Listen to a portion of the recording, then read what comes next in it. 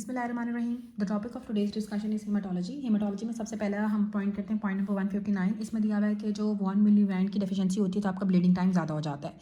Von मिलीवैंड की deficiency के अंदर आपका ब्लीडिंग टाइम ज़्यादा हो जाता है। अब हम पढ़ेंगे किन किन डिसऑर्डर्स के अंदर आपकी कौन कौन सी चीज़ें कमियाँ ज़्यादा हो जाती हैं। सबसे पहले जब आप हेपरिन लेते हो ना तो उससे आपका प्रोथ्रोम्बिन टाइम ज़्यादा हो जाता है, एपीटीटी भी ज़्यादा हो जाता है, प्लेटलेट काउंट आपका नॉर्मल रहता है हेपरिन लेने से, और आपका ब्लीडिंग टाइम भी नॉर्मल रहता है हेपरिन लेने से। ठीक है, हेपरिन की वजह से आपका जो एपीटीटी होता है, थ्रोम्बोप्लास्टिन टाइम जो होता है हमारे पास, ठीक है, वो आपका ज़्यादा हो जाता है एपीटीटी लेने की वजह से as compare to prothrombin time. ठीक है, लेकिन जो ब्लीडिंग टाइम होता है और जो प्लेटलेट काउंट होता है वो हेपरिन में नॉर्मल रहता है। लिवर डिजीज़ के अंदर पीटी एपीटीटी ज़्यादा हो जाता है, प्लेटलेट काउंट आपका नॉर्मल भी हो सकता है, डिक्रीज़ भी हो सकता है, लेकिन ब्लीडिंग टाइम आपका नॉर्मल रहता है। और लिवर डिजीज़ के अंदर आपके एएसटी के लेवल ज़्यादा हो जाते हैं।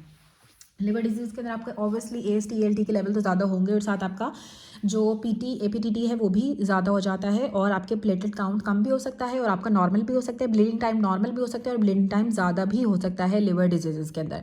जब विटामिन के की डेफिशिएंसी होती है ना तो प्रोथ्रोम्बिन टाइम आपका बहुत ज़्यादा हो जाता है। ठीक है, विटामिन के की डेफिशिएंसी के अंदर आपका प्रोथ्रोम्बिन टाइम बहुत ज़्यादा हो जाता है, और एपीटीटी के अंदर आपका प्रोथ्रोम्बिन एपीटीटी ज़्यादा होता है। विटामिन के की डेफिशिएंसी के अंदर प्लेटलेट काउंट नॉर्मल रहता है, ब्लीडिंग टाइम भी नॉर्मल रहता है। ठीक है, जब आपको विटामिन के की डेफिशिएंसी होती है तो आपका पीटी बहुत ज़्यादा हो जाता है, एपीटीटी भी ज़्यादा होता है लेकिन पीटी बहुत ज़्यादा हो जाता है। और इस तरह से हेपरिन जब आप लेते हो तो आपका एपीटीटी बहुत ज़्यादा हो जाता है और पीटी ज़्यादा होता है, और आपका जो प्लेटलेट काउंट है ब्लीडिंग टाइम है वो नॉर्मल रहता है। अब जो हीमोफीलिया होता है ना, इसमें आपका पीटी नॉर्मल रहता है, एपीटीटी आपका ज़्यादा हो जाता है, प्लेटलेट काउंट भी नॉर्मल रहता है और ब्लीडिंग टाइम भी नॉर्मल रहता है। हीमोफीलिया के अंदर सिर्फ और सिर्फ आपका एपीटीटी ज़्यादा हो रहा है, बाकी सब नॉर्मल है। जो वॉन मिलीवैंड डिजीज़ होती है इसमें आपका पीटी नॉर्मल रहता है, आपका प्लेटलेट काउंट भी नॉर्मल रहता है, इसमें आपका एपीटीटी भी ज़्यादा हो जाता है और साथ आपका ब्लीडिंग टाइम भी ज़्यादा हो जाता है। इसमें दो चीज़ें ज़्यादा होती हैं। हीमोफीलिया के अंदर सिर्फ और सिर्फ आपका एपीटीटी ज़्यादा हो रहा था, लेकिन जो आपका वॉन मिलीवैंड डिजीज़ होती है इसके अंदर आपका एपीटीटी भी ज़्यादा हो जाता है और साथ आपका ब्लीडिंग टाइम भी ज़्यादा हो जाता है। इसमें दो चीज़ें ज़्यादा हो रही हैं। अब जो विटामिन के है और जो हेपरिन है वो एक दूसरे के ऑपोजिट हैं। ठीक है, अब क्या होगा, विटामिन के अंदर जो पीटी है वो बहुत ज़्यादा होता है और एपीटीटी भी ज़्यादा होता है, लेकिन आपका ब्लीडिंग टाइम और प्लेटलेट काउंट नॉर्मल रहता है। और जो हेपरिन है उसके अंदर आपका पीटी ज़्यादा होता है लेकिन एपीटीटी बहुत ज़्यादा हो जाता है और प्लेटलेट काउंट और ब्लीडिंग टाइम नॉर्मल रहता है। लिवर डिजीज़ के अंदर आपकी जो है वो ब्लीडिंग टाइम ज़्यादा हो सकता है, एपीटीटी पीटी आपका ज़्यादा हो जाता है, लेकिन प्लेटलेट काउंट नॉर्मल भी हो सकता है और कम भी हो सकता है। उसके बाद आता है हीमोलिटिक यूरेमिक सिंड्रोम। अब जो हीमोलिटिक यूरेमिक सिंड्रोम होता है इसमें आपका पीटी आपका नॉर्मल होता है, एपीटीटी भी नॉर्मल रहता है, इसमें सिर्फ आपका प्लेटलेट काउंट कम होगा और ब्लीडिंग टाइम ज़्यादा हो जाएगा। ठीक है, हीमोलिटिक यूरेमिक सिंड्रोम के अंदर आपकी जो कोगुलेशन होती है ना उस पर कोई इफेक्ट नहीं होता है, आपका पीटी और एपीटीटी बिल्कुल ठीक रहता है। इसमें आपका ब्लीडिंग टाइम आपका ज़्यादा हो जाता है, प्लेटलेट काउंट कम हो जाता है। इसमें हमें ट्राइड मिलता है हीमोलिटिक यूरेमिक सिंड्रोम के अंदर, जिसमें आपको थ्रोम्बोसाइटोपिनिया होता है, प्लेटलेट काउंट कम हो जाता है, साथ हमें माइक्रो एंजियोपैथिक हीमोलिटिक एनीमिया मिलता है जिसे माहा कहते हैं।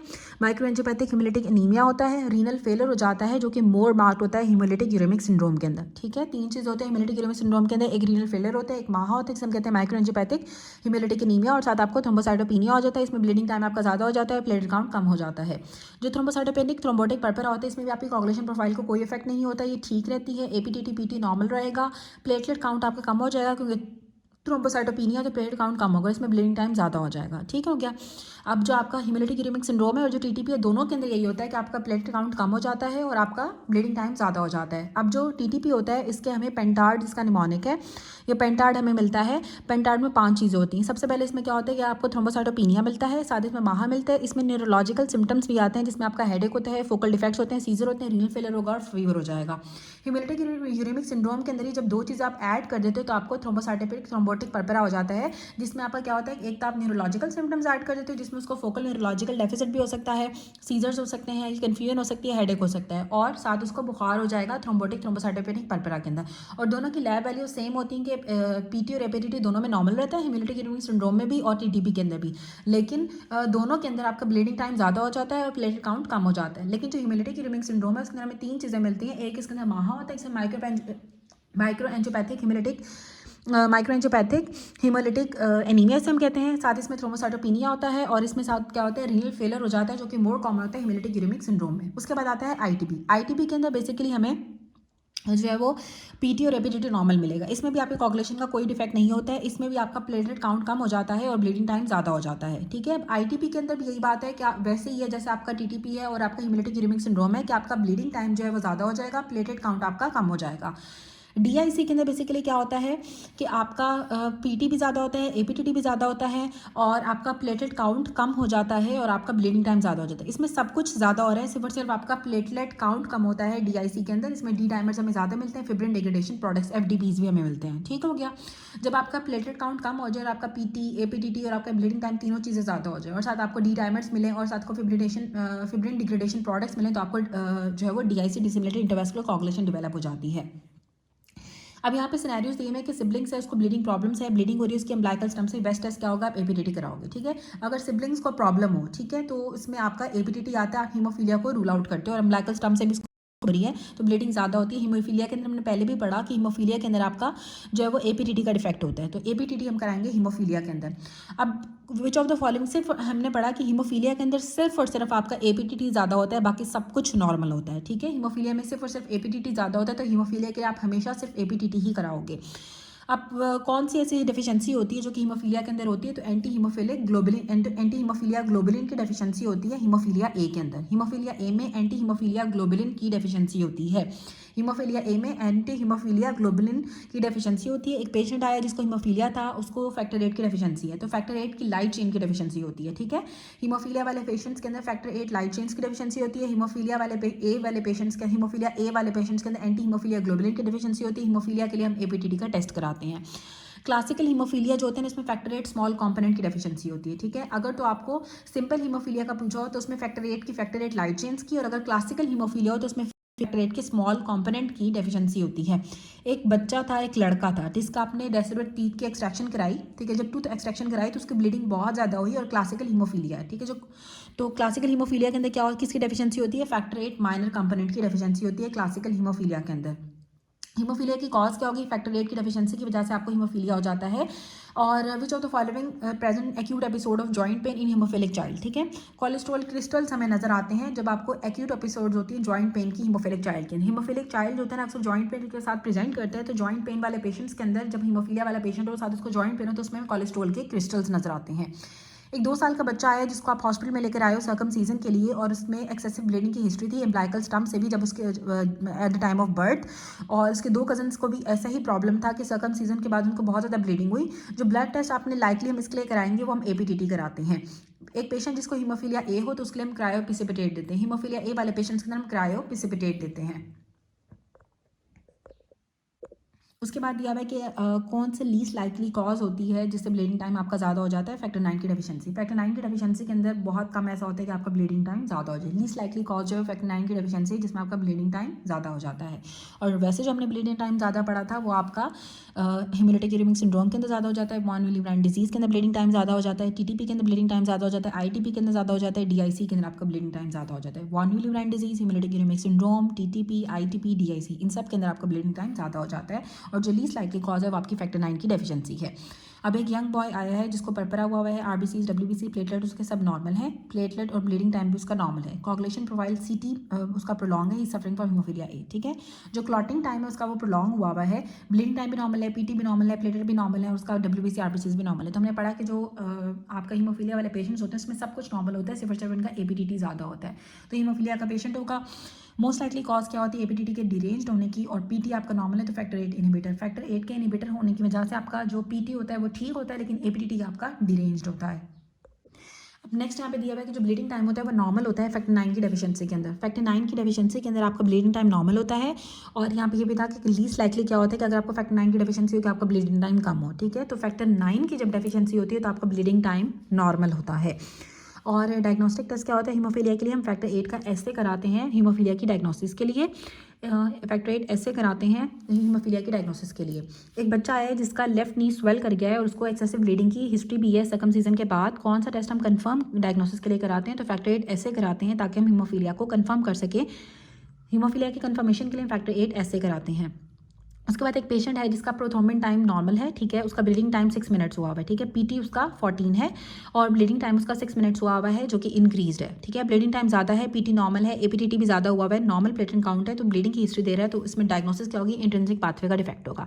जब आपका APTT ज़्यादा हो जाता है तो इंट्रिंसिक पाथवे का डिफेक्ट होता है, जब आपका PT का मसला होता है तो आपका एक्सट्रिंसिक पाथवे होता है। तो इसमें APTT उसका ज़्यादा हुआ हुआ है, ब्लीडिंग टाइम भी ज़्यादा हुआ हुआ है, और प्लेटलेट काउंट उसका नॉर्मल है और बाकी सब कुछ नॉर्मल है, तो क्या होगा, उसको इंट्रिंसिक पाथवे का डिफेक्ट होगा। उसके बाद आता है हमारे पास एक पेशेंट है जिसको पेपरा हुआ है लैब के ऊपर, आपको जो APTT उसका ज़्यादा हुआ है, ब्लीडिंग टाइम और प्लेटलेट टाइम, प्रोथ्रोम्बिन टाइम उसका ठीक है, तो फैक्टर 8 की डेफिशिएंसी होगी। फैक्टर 8 की जब डेफिशिएंसी होती है तो आपका ब्लीडिंग टाइम और PT नॉर्मल रहते हैं, और फैक्टर 9 जो है ना वो APTT जो होता है ना वो आपको प्रोलॉन्ग हो जाता है। एक 6 साल का बच्चा आया है, उसको पेनफुल टेंडर स्वॉलन नी जॉइंट्स हैं पिछले 6 महीनों से, और उसको प्रोफ्यूज ब्लीडिंग की हिस्ट्री भी है सर्कमसीजन के बाद, लेकिन उसकी कोई फैमिली हिस्ट्री पॉजिटिव नहीं है। तो मोस्ट अप्रोप्रिएट इन्वेस्टिगेशन डायग्नोसिस के लिए कराते हैं वो हम फैक्टर 8 का एसे कराएंगे। क्लासिकल हीमोफीलिया के अंदर फैक्टर 8 माइनर की डेफिशिएंसी होती है, या फैक्टर 8 के माइनर कंपोनेंट की डेफिशिएंसी होती है, या फिर जो आपका जो फैक्टर 8 होता है उसके स्मॉल कंपोनेंट की डेफिशिएंसी होती है आपके क्लासिकल हीमोफीलिया के अंदर। उसके बाद आ जाएगा DIC के सिनेरियोस दिए हुए। एक प्रेग्नेंट फीमेल थी, उसकी विजाइनल डिलीवरी हुई लेकिन घर पर हुई।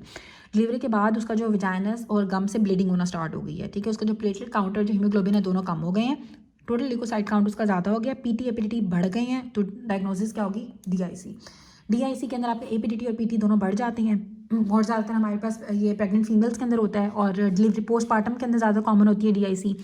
और उसका हीमोग्लोबिन भी कम है, प्लेटलेट भी कम है। अब प्लेटलेट कम हो और APTT और PT ज़्यादा हो जाए, और तो इसमें हम DIC को रूल आउट करेंगे, DIC होगी। अब एक पेशेंट है, विच ऑफ द फॉलोइंग इनमें से कौन सा होता है जो कि DIC को एलिसिट करता है। जो टिश्यू थ्रोम्बोप्लास्टिन होती है ना वो आपके DIC को एलिसिट करती है, टिश्यू थ्रोम्बोप्लास्टिन आपके DIC को एलिसिट करती है। एक पेशेंट को ग्राम नेगेटिव की सेप्सिस हुई भी थी और ब्लीडिंग डायथिसिस भी हो रही है, तो डायग्नोसिस क्या होगी, DIC। अगर ग्राम नेगेटिव की सेप्सिस हो, पहले इन्फेक्शन हुई, उसके बाद उसको डायथिसिस, ब्लीडिंग डायथिसिस डेवलप होगी, तो DIC होगी, ठीक है, डिसेमिनेटेड इंटरवास्कुलर कोगुलेशन। सेप्टिक शॉक का सिनेरियो दिया हुआ था, पेशेंट को ब्रूजेस डेवलप हो गए और D डायमंड उसके ज़्यादा हुए, तो कॉज क्या होगी, DIC।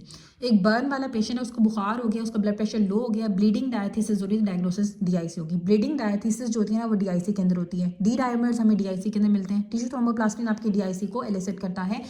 और अगर एक ऐसे पेशेंट है जिसकी डिलीवरी घर पर हुई और पोस्टमार्टम के अंदर भी आपकी DIC हो सकती है, जिसमें आपका PT और APTT ज़्यादा हो जाता है, प्लेटलेट काउंट आपके कम हो जाते हैं। और एक बच्चा है जिसको बुखार हुआ हुआ है, उसके WBCs भी ज़्यादा हुए हुए हैं, स्प्लीनेक्टमी के बाद उसको पेटिकी डेवलप होगी, उसकी लैब्स के ऊपर PT और APTT दोनों ज़्यादा हुए हैं, प्लेटलेट काउंट कम हुआ हुआ है, फिब्रिन डिग्रेडेशन प्रोडक्ट्स मिल रहे हैं, तो आपको DIC होगा। फिब्रिन डिग्रेडेशन प्रोडक्ट्स या FTPs हमें DIC में मिलते हैं। एक पेशेंट है जिसको DIC हुआ है, विच of the following is most useful in diagnosing DIC, ठीक है। जब आपको फिब्रिन डिग्रेडेशन प्रोडक्ट्स मिल जाए तो इसका मतलब है कि उसको DIC है। एक बच्चा है जिसकी आपने स्प्लीन को रिमूव कर दिया, अब उसके नोज से भी ब्लीडिंग हो रही है, उसको बॉडी के ऊपर बहुत सारे पेटिके नजर आ रहे हैं पूरी की पूरी बॉडी के ऊपर, तो कॉज क्या होगी, हमारे पास उसका PT APTT ज़्यादा होगा, ब्लीडिंग टाइम भी ज़्यादा होगा, D डायमर्स भी ज़्यादा होंगे, तो ये उसको DIC डेवलप हो गया। स्प्लीनेक्टमी के बाद भी अक्सर लोगों को DIC डेवलप हो जाते हैं, जिसमें उसका PT APTT ज़्यादा हो जाता है, ब्लीडिंग टाइम भी ज़्यादा हो जाता है, D डायमर्स भी हमें ज़्यादा मिलते हैं। करेक्टरिस्टिक्स क्या होती हैं DIC के, इसमें PT APTT आपका ज़्यादा हो जाता है, ब्लीडिंग टाइम ज़्यादा हो जाता है, D डायमंड्स हमें मिलते हैं वो ज़्यादा हो जाते हैं, आपका फिब्रिन डिग्रेडेशन प्रोडक्ट्स आपको मिलते हैं वो ज़्यादा हो जाते हैं, लेकिन जो प्लेटलेट काउंट होता है वो कम हो जाता है। इसमें सिर्फ प्लेटलेट काउंट कम होता है, बाकी सब कुछ ज़्यादा हो जाता है। अब आते हैं ITP का सिनेरियो दिया हुआ है कि ITP में इम्यून थ्रोम्बोसाइटोपेनिक पर्पस हमने पढ़ा था कि हमें पेंटार्ड मिलता है। पेंटार्ड में यही था कि आपको जो है ना वो PT और APTT में ठीक रहते हैं, ITP के अंदर ITP के अंदर पेंटार्ड नहीं मिलता है, TTP के अंदर पेंटार्ड मिलता है। तो TTP के अंदर आपको पेंटार्ड मिलता है, और ITP के अंदर आपको जो है ना वो PT और APTT नॉर्मल रहते हैं, प्लेटलेट्स कम हो जाते हैं और ब्लीडिंग टाइम ज़्यादा हो जाता है, प्लेटलेट्स कम ब्लीडिंग टाइम ज़्यादा। अब क्या होगा कि आपको एक चाइल्ड है और मेगाकैरियोसाइट्स भी आपके ज़्यादा हो जाते हैं ITP वाले पेशेंट्स के अंदर, ठीक है। ITP वाले पेशेंट्स के अंदर मेगाकैरियोसाइट्स होते हैं वो ज़्यादा हो जाते हैं। अब एक बच्चा है जिसका PT और APTT तो ठीक है, लेकिन उसका ब्लीडिंग टाइम ज़्यादा हुआ है, तो उसको आइडियोपैथिक थ्रोम्बोसाइटोपेनिक पर्परा होगा। ऐसा पेशेंट जिसका प्लेटलेट्स कम हो और PT और APTT नॉर्मल हो, तो उसको आइडियोपैथिक थ्रोम्बोसाइटोपेनिक पर्परा होता है, कि आपको कॉज नहीं पता जिसकी वजह से उसको थ्रोम्बोसाइटिस के कम हो गए हैं, ठीक है। ब्लीडिंग टाइम का ज़्यादा हो जाता है, प्लेटलेट्स कम होते हैं और APT और PT नॉर्मल होता है, ठीक है। ब्लीडिंग टाइम ज़्यादा हो जाता है आपके ITP वाले पेशेंट्स के अंदर। उसके बाद एक पेशेंट थी जिसको मेनोरेजिया और है, बहुत ज़्यादा मेंस्ट्रुअल ब्लीड आ रहा है, ठीक है, नोज से ब्लीडिंग हो रही है, बोन मैरो के ऊपर आपको मेगाकैरियोसाइट्स ज़्यादा मिल रहे हैं, तो कॉज क्या होगी, ITP वाले पेशेंट्स के अंदर बोन मैरो के अंदर मेगाकैरियोसाइट्स ज़्यादा हो जाते हैं, क्योंकि थ्रोम्बोसाइट्स कम हो रहे हैं, आपके प्लेटलेट्स कम हो रहे हैं, तो आपकी बोन मैरो के अंदर मेगाकैरियोसाइट्स का काउंट ज़्यादा हो जाता है, ठीक है। तो अगर आपको बोन मैरो के अंदर मेगाकैरियोसाइट्स का काउंट ज़्यादा मिले, साथ पेशेंट मेनोरेजिया एपिस्टेक्सिस के साथ प्रेजेंट करे, तो इसमें हम ITP होता है। 7 मंथ प्रेग्नेंट फीमेल थी, उसको क्रॉनिक ITP था, ठीक है, उसको इक्कीमोसिस एपिस्टेक्सिस हो रही है, नोज से भी ब्लीडिंग हो रही है और बॉडी के ऊपर भी आपको स्पॉट्स मिल रहे हैं, उसका प्लेटलेट काउंट बहुत ज़्यादा कम हुआ हुआ है और वो स्टेरॉइड्स ले रही थी। तो नेक्स्ट बेस्ट ट्रीटमेंट क्या होगा, हम IVIG देते हैं, ठीक है, उसको हम इम्यूनोग्लोबुलिन्स देते हैं, ठीक है, IV इम्यूनोग्लोबुलिन्स देंगे। उसके बाद आ जाएगा 18 ईयर ओल्ड गर्ल है, एपिस्टेक्सिस और मेनोरेजिया के साथ प्रेजेंट किया है, बोन मैरो स्प्लीनेक्टमी उससे भी नेक्स्ट ऑप्शन है। पहले आपने IVIG देने, अगर IVIG से भी ठीक नहीं होता तो फिर आप उसको स्प्लीनेक्टमी करोगे। उसके बाद ये 18 ईयर ओल्ड गर्ल थी, उसको एपिस्टेक्सिस है, मेनोरेजिया हुआ है, नोज ब्लीडिंग हो रही है, मेंस्ट्रुअल ब्लीड भी ज़्यादा हो रहा है, बोन मैरो को जब आपने एस्पिरेट कराया तो आपको मेगाकैरियोसाइट्स का हाइपरप्लेजिया मिला, तो कॉज क्या होगी? ITP। मेगाकैरियोसाइट्स आपके ज़्यादा हो जाते हैं ITP के अंदर।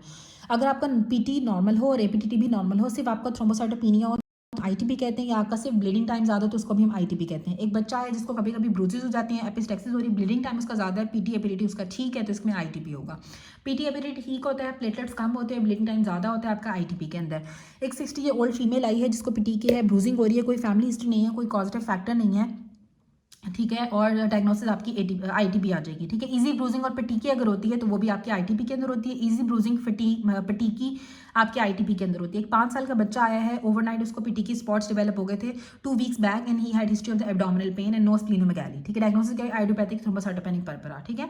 आइडियोपैथिक थ्रोम्बोसाइटोपेनिक पर्परा की ना उसको स्प्लीनोमेगाली होती है, ना उसको हिपैटोमेगाली होती है, ना ही उसको कोई पेट में दर्द होगा, ठीक है। बस उसकी बॉडी के ऊपर पटीकी डेवलप हो गई है, ठीक है। और तो कॉज क्या होगी हमारे पास? Idiopathic thrombocytopenic पर्परा। अब डिफरेंस हमने पढ़ना है, 9 मंथ गर्ल आई है, ठीक है, उसको वैक्सीनेशन कराई आपने 2 हफ्ते पहले। नाउ उसको जो है ना पूरी बॉडी के ऊपर रैश डेवलप हो गया है और बुखार हो गया है। और जब आपने CBC कराया तो आपको जो हीमोग्लोबिन था वो 13 था और जो WBC काउंट था वो 6/10 था, ठीक है। उसका प्लेटलेट काउंट कम हो गया तो पेरिफेरल स्मेयर के ऊपर आपको लार्ज प्लेटलेट्स नजर आए तो कॉज क्या होगी? ITP। इसे हम कहते हैं चाइल्डहुड ITP। पेरिफेरल स्मेयर के ऊपर अगर आपको लार्ज प्लेटलेट्स नजर आए तो ITP होती है, ठीक है। और साथ अगर वैक्सीनेशन कराई, ठीक है, वैक्सीनेशन के बाद उसको रैश डेवलप हो गया, बुखार हो गया, WBC काउंट उसका जो है वो नॉर्मल है, हीमोग्लोबिन ठीक है, प्लेटलेट काउंट बस कम है, सिर्फ प्लेटलेट्स कम है, बाकी सब कुछ ठीक है, और आपको पेरिफेरल स्मेयर के ऊपर लार्ज प्लेटलेट्स नजर आ रहे हैं तो जो कॉज होगी वो ITP होगी या चाइल्डहुड ITP होगी, ठीक है। इसमें से प्लेटलेट्स कम होते हैं, ब्लीडिंग टाइम ज़्यादा होता है, बाकी सब ठीक होता है। अब एक यंग गर्ल है, उसको हिस्ट्री है गम ब्लीडिंग की, पेरिफेरल स्मेयर के ऊपर आपको जाइंट प्लेटलेट्स नजर आ रहे हैं और जो टोटल प्लेट काउंट है उसका 85 की है, ठीक है। अब इसमें प्लेट काउंट कम हो रहा था और लार्ज प्लेटलेट नजर आ रहे थे तो उसको ITP था। अगर तो प्लेटलेट काउंट आपका कम हो रहा है और साथ आपको जॉइंट प्लेटलेट नजर आ रही हैं तो likely diagnosis Bernard Soulier syndrome होगी, ठीक है। बर्नार्ड सॉलिड सिंड्रोम के अंदर आपका प्लेटलेट काउंट भी कम होता है और साथ आपको लार्ज प्लेटलेट्स भी नजर आते हैं, ठीक हो गया। तो ये है।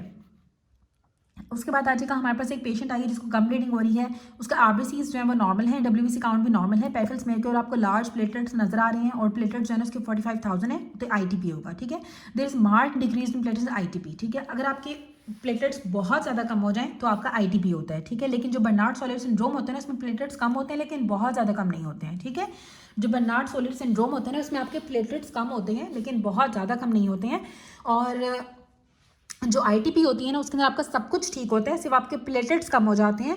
और इसमें क्या होता है कि आपको जो है ना वो बहुत ज़्यादा कम होते हैं ITP के अंदर। ITP के अंदर मतलब आपके 10,000, 20,000, 30,000, 40,000 या 50,000 तक होंगे, ठीक है। लेकिन जो आपका बर्नार्ड सॉलिड सिंड्रोम होता है ना उसके अंदर आपके प्लेटलेट्स कम होते हैं लेकिन बहुत ज़्यादा कम नहीं होते हैं। अब यहाँ पे सिनेरियो दिया हुआ है कि एक यंग गर्ल है, उसको ब्लीडिंग प्रॉब्लम्स हैं और उसके ब्रदर को भी सेम प्रॉब्लम्स थे। लेबॉरेटरी इन्वेस्टिगेशन आपने कराई तो उसका ब्लीडिंग टाइम ज़्यादा है, PT इसका ठीक है, APTT ज़्यादा है, ठीक है। प्लेटलेट्स पे उसकी ठीक है, तो डेफिशिएंसी क्या होगी? वॉन विलियन फैक्टर। हमने पहले पढ़ा था कि जब आपको वॉन विलियन फैक्टर की डेफिशिएंसी होती है तो आपकी 2 चीज़ें ज़्यादा हो जाती हैं, एक आपका ब्लीडिंग टाइम ज़्यादा हो जाता है और एक आपका APTT ज़्यादा हो जाता है। वॉन विलियन फैक्टर की डेफिशिएंसी के अंदर आपकी 2 चीज़ें ज़्यादा हो जाती हैं, एक ब्लीडिंग टाइम ज़्यादा हो जाता है और आपका जो है वो साथ APTT ज़्यादा हो जाता है, ठीक हो गया। और अगर आपका सिर्फ APTT ज़्यादा हो तो आपको हीमोफीलिया की डेफिशिएंसी है, लेकिन अगर आपका APTT के साथ अगर आपका ब्लीडिंग टाइम भी ज़्यादा हो जाए तो फिर आपको वॉन विलियन फैक्टर की डेफिशिएंसी होती है। ओके सर, नाउ हम MCQ जब करते हैं, एक यंग बॉय है जिसको ब्लीडिंग के साथ प्रेजेंट किया है, उसका ब्लीडिंग टाइम और APTT बढ़ा हुआ है और प्लेटलेट काउंट नॉर्मल है। कोई भी ऐसा पेशेंट जिसका ब्लीडिंग टाइम और APTT अगर ज़्यादा होगा तो आपने वॉन विलियन फैक्टर डिजीज़ करनी है, ठीक है। वॉन विलियन डिजीज़ होगी या वॉन विलियन फैक्टर की डेफिशिएंसी होगी अगर तो उसका ब्लीडिंग टाइम और APTT ज़्यादा है। अब इसी तरह से दिया हुआ एक पेशेंट आया जिसका ब्लीडिंग टाइम और APTT ज़्यादा हुआ है लेकिन PT नॉर्मल है, प्लेटलेट काउंट उसका 1,80,000 है और मोस्ट लाइकली कॉज क्या होगी? वॉन विलियन डिजीज़। जब आपका ब्लीडिंग टाइम और APTT टाइम ज़्यादा हो जाता है तो आपको वॉन विलियन डिजीज़ डेवलप हो जाती है। जो most common inherited bleeding disorder है, जो inherited most common bleeding disorder है वो वॉन विलियन डिजीज़ है। एक बच्चा आया है ऑर्थोपेडिक सर्जन के पास प्रोसीजर के लिए, मदर ने हिस्ट्री दी है कि इसको उनकी फैमिली हिस्ट्री है कि उन सब में ब्लीडिंग बहुत ज़्यादा होती है, मेल्स के अंदर भी फीमेल्स के अंदर भी, मैटरनल साइड से। लैब आपने कराई तो उसका पीटी तो नॉर्मल आया, लेकिन एपीटीटी और बीटी ज़्यादा आ गया। जब आपका ब्लीडिंग टाइम और एपीटीटी ज़्यादा होता है तो आपको वॉन विली डिजीज़ होती है। एक 5 साल का बच्चा आया है जिसको बार बार रिपीटेड एपिसोड्स हैं, एपिस्टैक्सिस की भी, गम ब्लीडिंग की भी। एक तो ब्लीडिंग हिस्ट्री है, हीमोग्लोबिन उसका कम है, 10 हुआ हुआ है, प्लेटलेट्स उसके बिल्कुल ठीक हैं, ब्लीडिंग टाइम ज़्यादा है, एपीटीटी भी उसका 28 सेकेंड्स हुआ हुआ है। तो जो डायग्नोसिस होगी वो वॉन विली डिजीज़ होगी। जब आपका एपीटीटी और ब्लीडिंग टाइम ज़्यादा हो जाता है तो वॉन विली डिजीज़ होती है।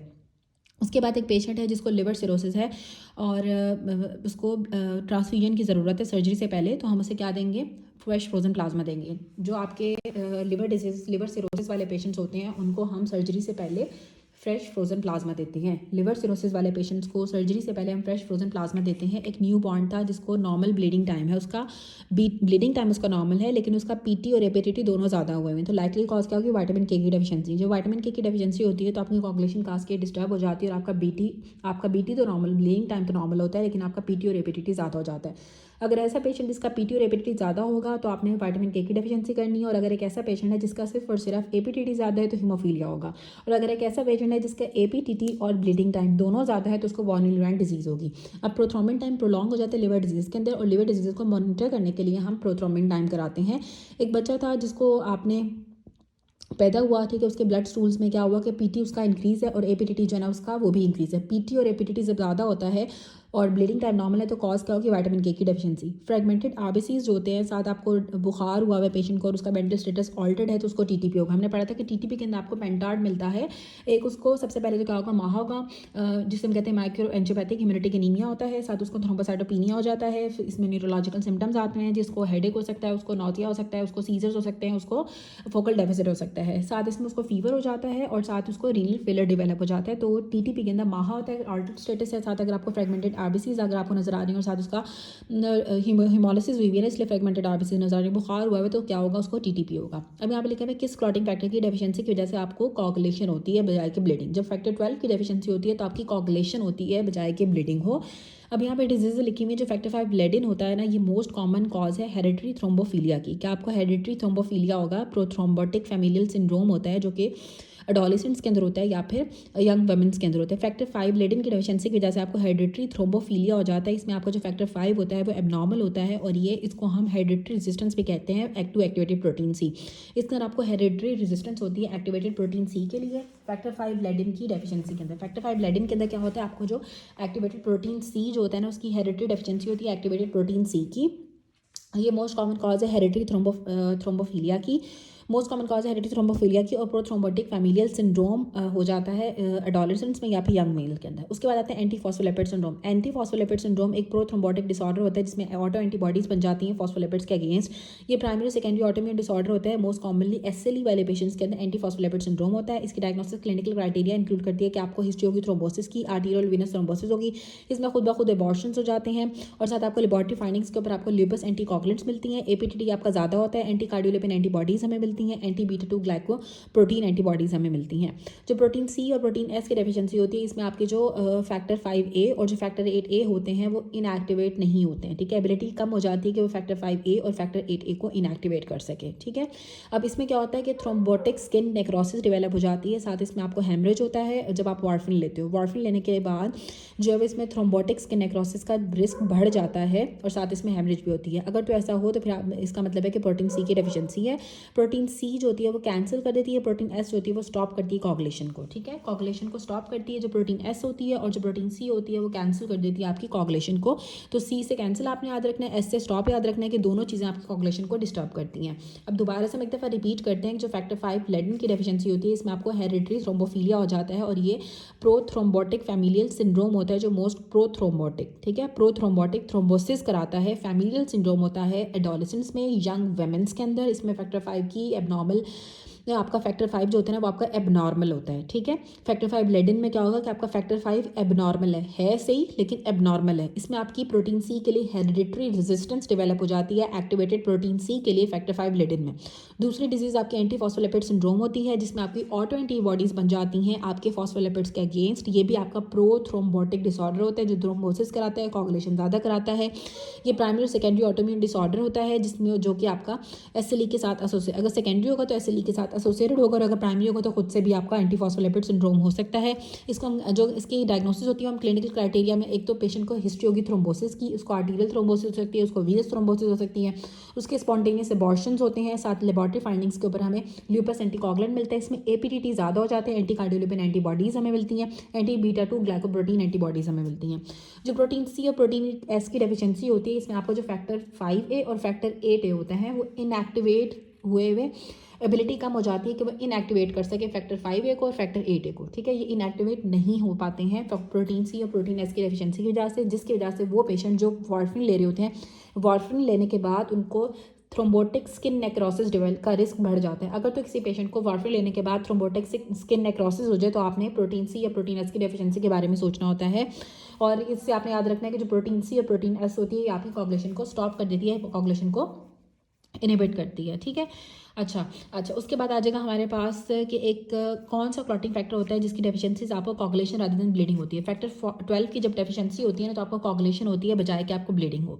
एक यंग प्रेग्नेंट लेडी थी, उसको बार बार उसको अबॉर्शंस हो रही थी, साथ उसको थ्रोम्बोसिस भी है, और जो condition most likely she suffering from antiphospholipid syndrome, जिसको रिकरेंट अबॉर्शंस होते हैं उनके अंदर एंटीफॉस्फोलिपिड सिंड्रोम होता है। जो most common acquired thrombotic disorder है वो क्या है, एंटीफॉस्फोलिपिड सिंड्रोम, ठीक है। जो acquired most common acquired thrombotic disorder is antiphospholipid syndrome, और जो most common inherited thrombotic disorder syndrome है वो फैक्टर 5 लेडन है, ठीक है। थ्रोम्बोटिक डिसऑर्डर्स में आपका इनहेरिटेड फैक्टर 5 लेडन है, और थ्रोम्बोटिक डिसऑर्डर्स के अंदर जो एक्वायर्ड है एंटीफॉस्फोलिपिड सिंड्रोम है, ठीक है। और साथ इसमें है कि अच्छा, अब जो थ्रोम्बोटिक डिसऑर्डर्स है ना उसमें जो एक्वायर्ड थ्रोम्बोटिक डिसऑर्डर सबसे ज़्यादा कॉमन है वो एंटीफॉस्फोलिपिड सिंड्रोम है, और थ्रोम्बोटिक डिसऑर्डर्स के अंदर जो इनहेरिटेड सबसे ज़्यादा कॉमन है फैक्टर 5 लेडन है, और जो ब्लीडिंग डिसऑर्डर्स में जो सबसे ज़्यादा कॉमन था वो आपका वॉन विली ब्रांड था, ठीक है। वॉन विली ब्रांड डिजीज़ आपकी ब्लीडिंग डिसऑर्डर्स में इनहेरिटेड जो है ना वो मोस्ट कॉमन जो है आपको वॉन विली ब्रांड डिजीज़ है। अच्छा, अब इसमें आता है जो मोस्ट कॉमन कॉज है एक्वायर्ड थ्रोम्बोसिस की, वो एंटीफॉस्फोलिपिड सिंड्रोम होता है। एक पेशेंट अगर वार्फरिन ले रहा होगा 2 दिन के बाद अगर उसको इकीमोसिस डेवलप होगी तो कॉज क्या होगी, प्रोटीन सी की डेफिशिएंसी, प्रोटीन सी या प्रोटीन एस की डेफिशिएंसी, प्रोटीन सी की डेफिशिएंसी की वजह से एक पेशेंट जो वार्फरिन ले रहा होता है उसको इकीमोसिस या फिर स्किन पे थ्रोम्बोटिक स्किन नेक्रोसिस डेवलप हो जाती है, थ्रोम्बोटिक स्किन नेक्रोसिस। एक 25 ईयर ओल्ड प्रेग्नेंट लेडी थी, उसको बार बार अबॉर्शंस हो रहे हैं, थ्रोम्बोसिस डेवलप होगी, डायग्नोसिस क्या होगी, एंटीफॉस्फोलिपिड सिंड्रोम। जो most common pro thrombotic point mutations होती हैं वो फैक्टर 5 की होती है। जो मोस्ट कॉमन आपकी जो प्रो थ्रोम्बोटिक जो थ्रोम्बोसिस कराने वाली आपकी पॉइंट म्यूटेशंस होती हैं वो फैक्टर 5 की होती हैं। और एंटी कार्डियोलिपिन एंटीबॉडीज़ आपको माइटोकॉन्ड्रिया की मेम्ब्रेन के अंदर मिलती है। जो एंटी कार्डियोलिपिन एंटीबॉडीज़ होती हैं वो आपके माइटोकॉन्ड्रिया की मेम्ब्रेन में होती हैं। एंटी कार्डियोलिपिन एंटीबॉडीज जो कि एंटीफॉस्फोलिपिड सिंड्रोम के अंदर पॉजिटिव होती हैं वो आपकी माइटोकॉन्ड्रिया की मेम्ब्रेन के अंदर होती हैं। बिस्मिल्लाहिर्रहमानिर्रहीम। The topic of today's discussion is blood transfusion के बारे में हम पढ़ेंगे। अब यहाँ पे दिया हुआ है कि अगर एक ऐसा पेशेंट है जिसका ओ नेगेटिव ब्लड है और आप उसको ए पॉजिटिव ब्लड लगा दोगे तो उसमें इंटेंस ट्रांसफ्यूजन रिएक्शन होता है। जो ओ नेगेटिव ब्लड ग्रुप होता है वो यूनिवर्सल डोनर होता है, वो सबको दे सकता है, लेकिन ओ नेगेटिव सिर्फ ओ नेगेटिव से ही ले सकता है। जो O blood group O positive blood group वाले होते हैं वो भी सिर्फ ओ ब्लड ग्रुप से ही ले सकते हैं, कि वो ओ नेगेटिव से ले सकते हैं या फिर ओ पॉजिटिव से ले सकते हैं। अब जो ए बी ब्लड ग्रुप होता है वो यूनिवर्सल रिसिपिएंट होता है, वो सबको सबसे ले सकते हैं। ए बी पॉजिटिव वाले किसी से भी ब्लड ले सकते हैं। जो पॉजिटिव ब्लड ग्रुप वाले होते हैं वो पॉजिटिव को ही डोनेट कर सकते हैं, लेकिन जो नेगेटिव ब्लड ग्रुप वाले होते हैं वो नेगेटिव को भी दे सकते हैं और पॉजिटिव को भी दे सकते हैं। जो एंटी एच एंटीबॉडीज़ होती हैं वो हमें ब्लड ग्रुप ओ एच में मिलती हैं। एंटी एच एंटीबॉडीज़ हमें ब्लड ग्रुप ओ एच में मिलती हैं। अब यहाँ पे बताया हुआ है कि एक पेशेंट है उसको ए पॉजिटिव ब्लड ग्रुप है, तो वो ए बी पॉजिटिव को भी दे सकता है, वो ए पॉजिटिव को भी दे सकता है। अब और किन किन से ले सकता है, अब जो ए पॉजिटिव होता है ना वो ए पॉजिटिव से भी ले सकता है, वो ए नेगेटिव से भी ले सकता है, वो ओ पॉजिटिव से भी ले सकता है और ओ नेगेटिव से भी ले सकता है। जो बी पॉजिटिव ब्लड ग्रुप वाले होते हैं वो क्योंकि वो पॉजिटिव है तो सिर्फ वो पॉजिटिव को ही दे सकता है। वो बी पॉजिटिव को दे सकता है और ए बी पॉजिटिव को दे सकता है, और ये बी पॉजिटिव से भी ले सकता है, बी नेगेटिव से भी ले सकता है, ओ पॉजिटिव से भी ले सकता है और ओ नेगेटिव से भी ले सकता है। अब जो ए बी पॉजिटिव है यूनिवर्सल रिसिपिएंट होता है, ये सिर्फ देगा तो सिर्फ और सिर्फ ए बी पॉजिटिव को। ए बी पॉजिटिव सिर्फ ए बी पॉजिटिव को दे सकता है, लेकिन ये रिसीव कर सकता है किसी भी ब्लड ग्रुप से, चाहे वो पॉजिटिव हो चाहे वो नेगेटिव हो। जो ओ नेगेटिव है यूनिवर्सल डोनर होता है, वो किसी को भी दे सकता है, लेकिन वो सिर्फ और सिर्फ ओ नेगेटिव से लेगा। जो ओ पॉजिटिव होता है वो ऑल एक्सेप्ट ओ नेगेटिव, ठीक है। जो ओ पॉजिटिव ब्लड है वो सबसे ले सकता है, ओ नेगेटिव से नहीं ले सकता, ठीक है। जो ओ क्योंकि जो पॉजिटिव है ना ओ पॉजिटिव जो है वो सबको दे सकता है सिवाय ओ नेगेटिव के, ठीक है। ओ पॉजिटिव भी आप सबको लगा सकते हो, लेकिन ओ नेगेटिव वाले को नहीं लगा सकते, क्योंकि जो पॉजिटिव ब्लड ग्रुप होता है वो नेगेटिव वालों को नहीं लग सकता। ठीक है, तो जो ओ सबको ये दे सकता है, लेकिन सिर्फ ओ नेगेटिव को नहीं दे सकता, क्योंकि positive can not give to negative. और ये ओ पॉजिटिव से भी रिसीव कर सकता है और ओ नेगेटिव से भी रिसीव कर सकता है। अब जो ए नेगेटिव होता है, अब ये नेगेटिव आ गया, नेगेटिव आपके पॉजिटिव को भी दे सकता है और नेगेटिव को भी दे सकता है। तो ए नेगेटिव को भी दे सकता है, ए पॉजिटिव को भी दे सकता है, ए भी पॉजिटिव को भी दे सकता है, ए भी नेगेटिव को भी दे सकता है। और जो ये रिसीव करेगा वो ए नेगेटिव से रिसीव करेगा या ओ नेगेटिव से रिसीव करेगा। रिसीव सिर्फ अपने ब्लड ग्रुप से करेगा, लेकिन डोनेट में आप जो है ना वो नेगेटिव वाले पॉजिटिव को भी डोनेट कर सकते हैं, लेकिन रिसीव जो है ना वो सिर्फ और सिर्फ नेगेटिव ही करेंगे, क्योंकि नेगेटिव को कभी पॉजिटिव ब्लड नहीं लगता, लेकिन पॉजिटिव वाले को नेगेटिव ब्लड लग जाता है। अब जो बी नेगेटिव है ना, ये आपके बी पॉजिटिव को भी दे सकता है, बी नेगेटिव को भी दे सकता है, ए बी पॉजिटिव को भी दे सकता है, ए बी नेगेटिव को भी दे सकता है। और ये रिसीव सिर्फ और सिर्फ बी नेगेटिव से करेगा और ओ नेगेटिव से करेगा। अब जो ए बी नेगेटिव है वो ए बी पॉजिटिव को भी दे सकता है, ए बी नेगेटिव को भी दे सकता है, और ये रिसीव करेगा ए नेगेटिव से भी रिसीव कर सकता है, बी नेगेटिव से भी रिसीव कर सकता है, ओ नेगेटिव से रिसीव कर सकता है, और आपके ए बी नेगेटिव से भी रिसीव कर सकता है। अब यहाँ पे नेक्स्ट बात बताई हुई है कि रिगार्डिंग मदर का जो ब्लड ग्रुप था वो ओ नेगेटिव था, तो अब उसके अंदर क्या होगा, और अब उसको regarding mother blood group O negative, अब उसके ब्लड के अंदर क्या होगा, ठीक है, उसके अंदर एंटी ए और एंटी बी एंटीबॉडीज़ होंगी। ठीक है, नेगेटिव ब्लड ग्रुप का मतलब ये है कि उसके अंदर एंटी ए और एंटी बी एंटीबॉडीज़ प्रेजेंट है। ठीक है, जो एंटी एच एंटीबॉडीज़ होती हैं वो ब्लड ग्रुप ओ एच के अंदर होती हैं, और जिसका ओ नेगेटिव ब्लड होता है उसके अंदर एंटी ए एंटीबॉडीज़ भी होती हैं और एंटी बी एंटीबॉडीज़ भी होती हैं। नेगेटिव का मतलब होता है कि इनके अंदर वो वाली एंटीबॉडीज़ प्रेजेंट है, जैसे कि जो आपका ए नेगेटिव होता है उसमें एंटी बी एंटीबॉडीज़ पॉजिटिव होती हैं। ठीक है, जो बी नेगेटिव ब्लड होता है उसके अंदर आपकी एंटी ए एंटीबॉडीज़ पॉजिटिव होती हैं। ठीक है, अब इसका ना ब्लड ग्रुप ए है ना बी है, तो इसके अंदर ए बी दोनों की एंटीबॉडीज़ पॉजिटिव होंगी।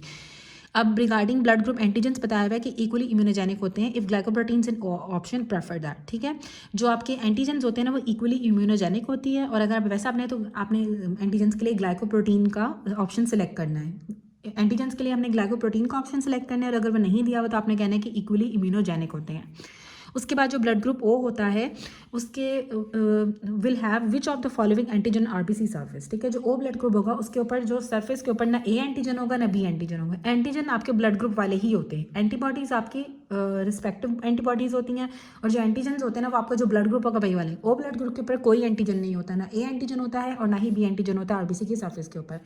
एंटीजेंस जो होते हैं आरबीसीज की सरफेस के ऊपर फीटस के 20th वीक के अंदर पेयर हो जाते हैं। 20th वीक के ऊपर आपके फीटस के आरबीसीज पे एंटीजेंस प्रेजेंट हो जाते हैं।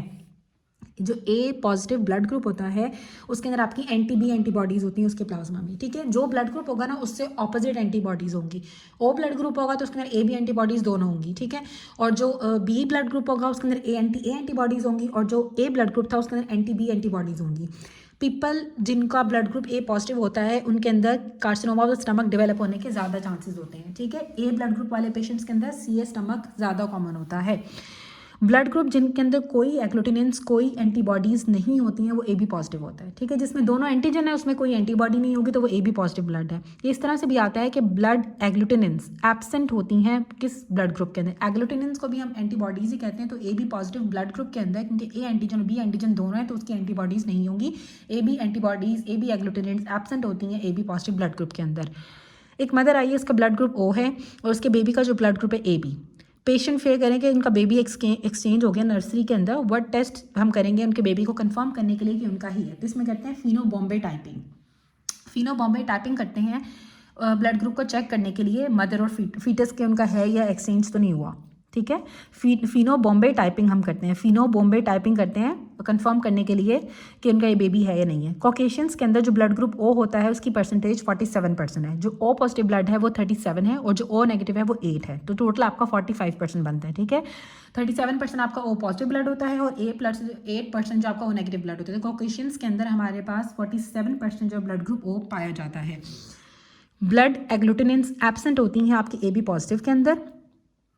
एक यंग वुमेन थी, लेबर रूम में गई, उसका ब्लड ट्रांसफ्यूजन कराई, उसके ब्लड सैंपल लेबॉर्ट्री में भेजे और क्रॉस मैच कराए। लेबॉर्ट्री रिपोर्ट्स में आया कि रेड सेल्स जो है वो एग्लूटिनेट कर रहे हैं एंटी सीरा ए और डी के साथ, while serum is agglutinating with B. ठीक है, जो रेड सेल्स हैं वो एग्लूटिनेट कर रहे हैं by anti sera A and D, while her serum is agglutinating with B cells. ठीक है, the most suitable blood donor for her is A positive. ठीक है, अब इसको यहाँ से किस तरह से होगा कि अगर रेड सेल्स एग्लूटिनेट करेंगे एंटी ए सीरा के साथ और एंटी डी सीरा के साथ, डी सीरा के साथ करें इसका मतलब है कि वो पॉजिटिव है। ठीक है, और ब्लड रेड ब्लड सेल्स जिसके साथ एग्लूटिनेट करते हैं ना, ब्लड ब्लड सेल्स जिसके साथ एग्लूटिनेट करते हैं वो आपका ब्लड ग्रुप हो जाता है, ठीक है। Blood cells agglutinate with the same blood group in antisera, ठीक है।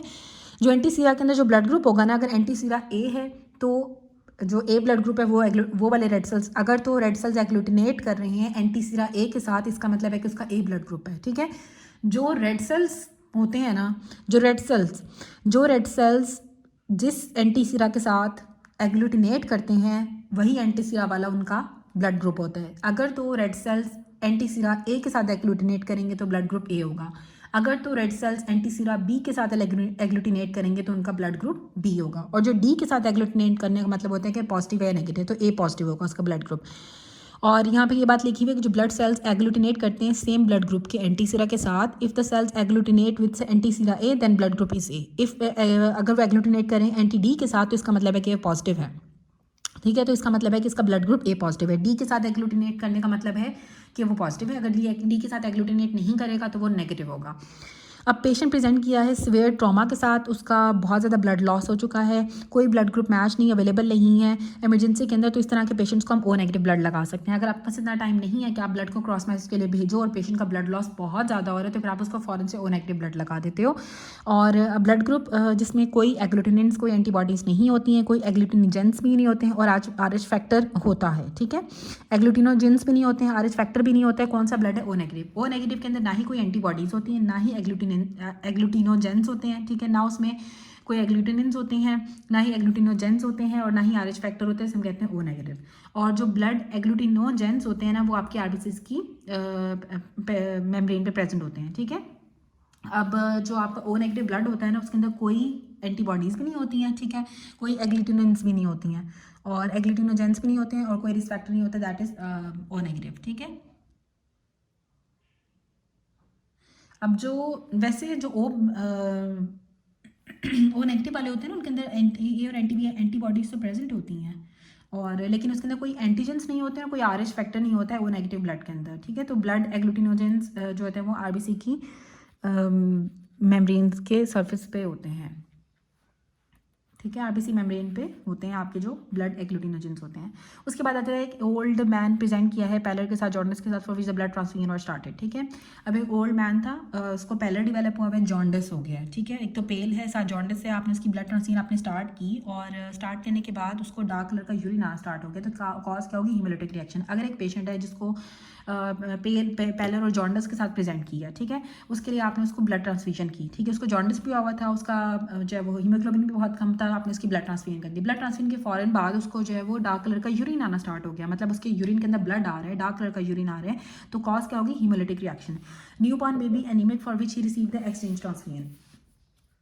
अब एक न्यू बॉर्न बेबी है जो कि एनीमिक है, ठीक है, न्यू बॉर्न बेबी एनीमिक है for which he receive the exchange transfusion, ठीक है, बिल्कुल नया बच्चा था, उसका ब्लड बहुत कम था, आपने उसके लिए एक्सचेंज ट्रांसफ्यूजन की और 10 दिन के बाद उसको डायरिया डेवलप हो गया, रैश डेवलप हो गया आर्म के ऊपर, जिसकी पूरी बॉडी के ऊपर स्प्रेड कर गया, तो डायग्नोसिस क्या होगी? ग्राफ वर्सेस होस्ट रिएक्शन, ठीक है, इसको हम transfusion associated graph versus host disease भी कहते हैं। अगर एक न्यू बॉर्न बेबी है और उसको 10 दिन के बाद रैश और डायरिया डेवलप हो रहा है तो उसका अंदर क्या होगी? Graft versus host disease. इसे हम ये भी कहते हैं ट्रांसफ्यूजन एसोसिएटेड, ट्रांसफ्यूजन की वजह से जो आपकी ग्राफ वर्सेस होस्ट डिजीज हुई है। एक बेबी था, उसको एक्सचेंज ट्रांसफ्यूजन आपने की, ABO disease of new born थी उसको, और 10 दिन के बाद उसको एरिथेमा डेवलप हो गया पाम्स के ऊपर, उसकी पाम्स रेड हो गई, ठीक है, ब्लूरिबिन उसका ज़्यादा हो गया, एएसटी उसका ज़्यादा हो गया, उसको डायरिया हो गया, ठीक है, डायरिया भी हो गया है, ब्लूरिबिन भी ज़्यादा है, मतलब उसको जॉन्डिस भी हो गया, ठीक, एएसटी एएलटी भी ज़्यादा है उसका, ब्लूरिबिन भी ज़्यादा है, एरिथेमा ऑफ द पाम्स हो गया, तो लाइकली कॉज क्या होगी? Graft versus host disease. Blood जो होता है इसको हम 37 डिग्री सेंटीग्रेड के ऊपर वार्म करते हैं ट्रांसफ्यूजन से पहले, ताकि आपका लेफ्ट टू राइट शिफ्ट ना हो, ठीक है। लेफ्ट टू राइट शिफ्ट के लिए, लेफ्ट टू राइट शिफ्ट हो तो इसलिए हम जो ब्लड को जो है ना पहले 37 डिग्री के ऊपर वार्म करते हैं ट्रांसफ्यूजन से पहले ब्लड को हम 37 डिग्री के ऊपर वार्म करते हैं ताकि आपकी लेफ्ट टू राइट शिफ्ट ना हो, sorry left to right shift हो, ठीक है। लेफ्ट टू राइट शिफ्ट के लिए हम ब्लड को 37 डिग्री सेंटीग्रेड के ऊपर वार्म करते हैं। Okay, so the next point of discussion is कि एक न्यू बॉर्न है, उसका ब्लड ग्रुप बी पॉजिटिव है, उसको एरिथ्रोब्लास्टोसिस फेटालिसिस है, कौन सा एप्रोप्रिएट लाइन ऑफ ट्रीटमेंट होगा? तो उसको हम एक्सचेंज ट्रांसफ्यूजन करते हैं बी नेगेटिव ब्लड के साथ। अगर एक बच्चा है जिसका ब्लड ग्रुप बी पॉजिटिव है और उसको एरिथ्रोब्लास्टोसिस फेटालिसिस है तो उसको हम बी नेगेटिव ब्लड देंगे और इसकी एक्सचेंज ट्रांसफ्यूजन करते हैं। अब haemolytic disease of the new born के बारे में पढ़ेंगे। दो तरह की होती हैं, एक RH haemolytic disease of the new born होती है और एक ABO हीमोलिटिक डिजीज़ होती है। अब जो आपकी RH haemolytic disease of the new born होती है, इसमें मदर जो होती है वो नेगेटिव होती है और जो फीटस होता है वो पॉजिटिव होता है। मदर नेगेटिव है, फीटस पॉजिटिव है।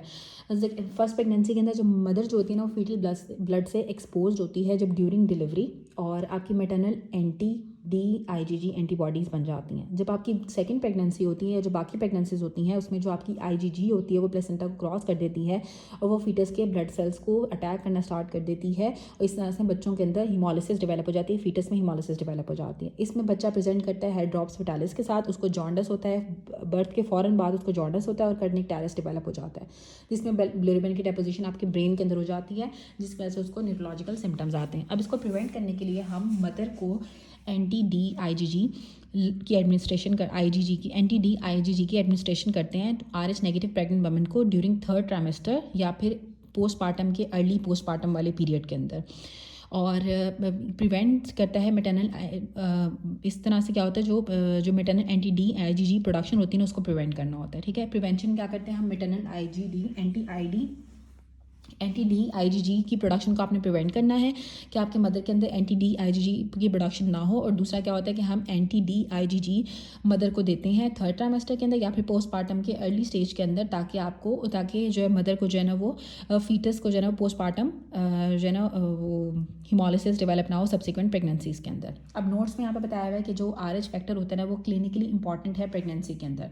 अगर तो मदर RH नेगेटिव होती है ना और फीटस पॉजिटिव है, तो मदर जो है ना वो RH एंटीबॉडीज़ प्रोड्यूस कर लेगी। ठीक है, डिलीवरी के टाइम पे जब फीटस का ब्लड जब मदर के साथ जाएगा तो मदर के अंदर जो है वो anti-D-IgG एंटीबॉडीज़ बन जाती हैं। दिस सिचुएशन जो है ना वो पहली प्रेगनेंसी को तो अफेक्ट नहीं करती है, लेकिन जब सेकंड प्रेगनेंसी होती है ना, तो मदर के अंदर ऑलरेडी जो है ना वो RH पॉजिटिव फीटस होता है ना, उसमें आपकी haemolytic condition of the red blood cells develop हो जाती है, जिसे हम कहते हैं RH haemolytic disease of newborn, और इसे हम एरिथ्रोब्लास्टोसिस फेटालिसिस भी कहते हैं।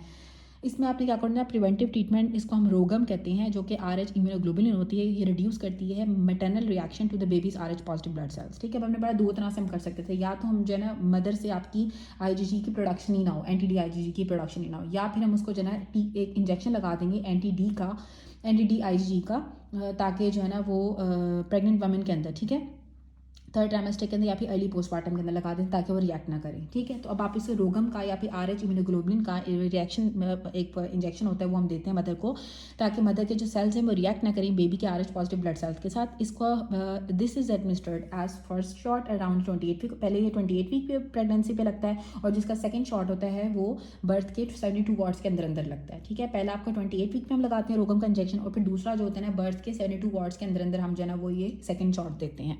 इसको हम जो RH haemolytic disease of the new born, इसको हम एरिथ्रोब्लास्टोसिस फेटालिसिस भी कहते हैं, जिसमें मदर जो होती है वो नेगेटिव होती है, फीटस पॉजिटिव होता है। पहली प्रेगनेंसी में कुछ नहीं होता है, सेकंड प्रेगनेंसी के अंदर आप मदर का जो पहला फीटस होता है उसका जब ब्लड मदर के साथ आता है तो मदर के अंदर एंटीबॉडीज़ बन जाती हैं। वो एंटीबॉडीज़ आपकी सेकंड प्रेगनेंसी का जो फीटस होता है उसके अंदर हीमोलिसिस कराती हैं, और जिस तरह से बच्चा जो प्रेजेंट करता है वो हाइड्रॉप्स फेटालिस के साथ, जॉन्डिस के साथ, बर्थ के फॉर्म में उसको जॉन्डिस हुआ होगा और साथ उसका कर्निक टैरस के साथ प्रेजेंट करता है। और सेकंड जो डिजीज़ होती है उसमें कहते हैं ABO haemolytic disease. ABO haemolytic disease के अंदर क्या होता है, जो मदर जो होती है ना उसका टाइप O मदर होती है और उसमें टाइप A या B का फीटस होगा। ठीक है, मदर जो होती है ना उसका O ब्लड ग्रुप होता है और बच्चे का जो ब्लड ग्रुप होता है ना वो A होता है या फिर B होता है। इसमें क्या होगा, जो आपकी पहले से मदर के अंदर मैटरनल एंटी-B और एंटी-A और एंटी-B IgG इम्यूनो एंटीबॉडीज़ होती हैं, वो आपके प्लेसेंटा को क्रॉस कर देती हैं और आपके फीटस को हीमोलिसिस करा देती हैं। इसकी वजह से जो बच्चा जब बर्थ होती है ना तो उसको माइल्ड जॉन्डिस होता है न्यूनेट को 24 घंटे के अंदर बर्थ के।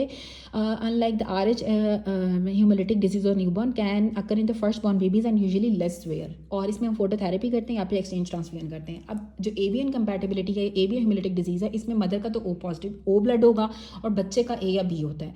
अब क्या होगा कि O ब्लड ग्रुप होने का मतलब ये है कि उसके अंदर जो है वो anti-A और anti-B दोनों एंटीबॉडीज़ हैं। अब हमने पढ़ा है कि जो IgG होती है वो प्लेसेंटा को क्रॉस कर देती है। अब जब वो प्लेसेंटा को क्रॉस करेगी तो बच्चे के अंदर हीमोलिसिस डेवलप हो जाती है, जिसकी वजह से बर्थ के टाइम पे बर्थ के बाद जो बच्चा होता है उसको जॉन्डिस हुआ हुआ होता है, और ये थोड़ी सी लेस फेयर कंडीशन होती है और ये पहली प्रेगनेंसी को भी इफेक्ट करती है। इसमें हम फोटोथेरेपी करते हैं और साथ जो है ना हम एक्सचेंज ट्रांसफ्यूजन करते हैं। अब यहाँ पे एमसीक्यूज दिए हुए हैं कि जो RH एग्लूटिनेंट्स होती हैं, ठीक है, जो आपकी RH एंटीबॉडीज़ होती हैं वो ज़्यादातर क्या होती हैं, IgG होती हैं। IgG हैं इसलिए ही वो प्लेसेंटा को क्रॉस करी, क्योंकि IgG प्लेसेंटा को क्रॉस कर जाती है। अब एक 35 year old pregnant RH negative mother थी जिसने बर्थ किया एक बेबी को जिसको एरिथ्रोब्लास्टोसिस के साइन थे। एरिथ्रोब्लास्टोसिस में आता है कि उसको जॉन्डिस होगा, कंडक्टाइटिस होगा और हाइड्रोप्सिटालिसिस होगा, और बेबी जो है ना उसके 6 घंटे के बाद इसकी डेथ होगी, ठीक है। तो बायोप्सी के ऊपर क्या नजर आएगा, बेजल गैंग्लिया की स्टेनिंग होगी, क्योंकि कर्निकटैरिस के अंदर क्या होता है, आपके बेजल गैंग्लिया की स्टेनिंग आपको मिलती है, बिलिरुबिन की डेपोजिशन हो जाती है आपके बेजल गैंग्लिया के अंदर। तो बेजल गैंग्लिया की स्टेनिंग हमें मिलती है अगर एरिथ्रोब्लास्टोसिस वाला फीटस है और उसकी अगर 6 घंटे के बाद ही डेथ हो जाती है। अब एक RH नेगेटिव फीमेल है, उसकी RH पॉजिटिव मेल से शादी हो गई है, ठीक है, जो कि होमोजाइगस है, ठीक है, एंड ऑल चिल्ड्रन जो है ना वो सारे के सारे पॉजिटिव होंगे, ठीक है, क्योंकि जो फादर अगर पॉजिटिव है तो होमोजाइगस है, उसके दोनों एलील्स पॉजिटिव हैं, तो उसके सारे के सारे बच्चे जो हैं वो पॉजिटिव होंगे। एक RH नेगेटिव वुमन है विद राइजिंग टाइटर ऑफ एंटी-D antibodies was delivered 34 weeks of pregnancy. अब एक RH नेगेटिव मदर थी और उसकी जो एंटी-D एंटीबॉडीज़ थी वो भी ज़्यादा थे, और 34 वीक ऑफ प्रेगनेंसी पे उसने डिलीवर किया, ठीक है। और जो मेल बेबी था वो लिथार्जिक था, पेल हुआ था, एडिमा भी हुआ था, इनीमिया भी था, और 6 घंटे के बाद उसकी डेथ होगी, मतलब उसको एरिथ्रोब्लास्टोसिस फेटालिसिस था। तो पोस्टमार्टम रिपोर्ट के ऊपर हमें बाइल पिगमेंट्स नजर आएंगे बेजल गैंग्लिया के अंदर, जिसे हम कर्निकटैरिस कहते हैं, इसकी वजह से उसकी डेथ हो जाती है। मदर एक हिस्ट्री दे रही थी कि इसको haemolytic disease of the mother has history of haemolytic disease of newborn. Now 26 week pregnancy, what to do, mother serial antibodies. अगर तो हमारे पास मदर को अगर haemolytic disease of the newborn की हिस्ट्री है कि पहले भी उसको haemolytic disease of newborn हो चुकी है, मदर की हिस्ट्री है, तो फिर 26 वीक पे अगर आप आइए तो फिर आपने मदर की सीरियल एंटीबॉडीज़ करानी है, उसके अंदर कौन सी एंटीबॉडीज़ प्रेजेंट है, ठीक है, क्योंकि एंटीबॉडीज से ही हमें पता चलता है कि वो हिमोलिसिस होगी या नहीं होगी। क्योंकि अगर उसमें ऑलरेडी अगर एंटी-D एंटीबॉडीज होगी तो फिर उसको हम अगर तो RH हेमोलिटिक डिजीज होगी तो उसे हम रोगम का इंजेक्शन लगा सकते हैं या फिर उसको एडमिनिस्टर कर सकते हैं, एंटी-D IgG करते हैं RH नेगेटिव प्रेग्नेंट वुमन को 3rd ट्राइमेस्टर के अंदर या फिर अर्ली पोस्टमार्टम के अंदर। और अगर ABO कंपैटिबिलिटी तो सिंपल है, उसके अंदर जो बर्थ होती है बेबी की तो उसमें हम फोटोथेरेपी करते हैं या फिर एक्सचेंज ट्रांसफ्यूजन करते हैं। उसके बाद अब यहाँ पे MCQ सी हमें कि एक न्यू बॉर्न था जिसका ब्लड ग्रुप B पॉजिटिव है और उसको एरिथ्रोब्लास्ट न्यू बॉर्न बेबी का पॉजिटिव ब्लड ग्रुप है, उसको एरिथ्रोब्लास्टोसिस फेटालिसिस है, और अप्रोप्रिएट लाइन ऑफ ट्रीटमेंट क्या होता है, हमने एक्सचेंज ट्रांसफ्यूजन करनी होती है B नेगेटिव ब्लड के साथ। अगर एक न्यू बॉर्न बच्चा है जिसका B पॉजिटिव ब्लड है, ठीक है, तो आप उसको B नेगेटिव ब्लड दोगे। एरिथ्रोब्लास्टोसिस फीटस वाले बेटे को अगर बच्चा अगर उसका B पॉजिटिव ब्लड है तो उसको हम B नेगेटिव ब्लड देते हैं, एक्सचेंज ट्रांसफ्यूजन हम B नेगेटिव से करते हैं एरिथ्रोब्लास्टोसिस फेटालिसिस वाले बच्चों में।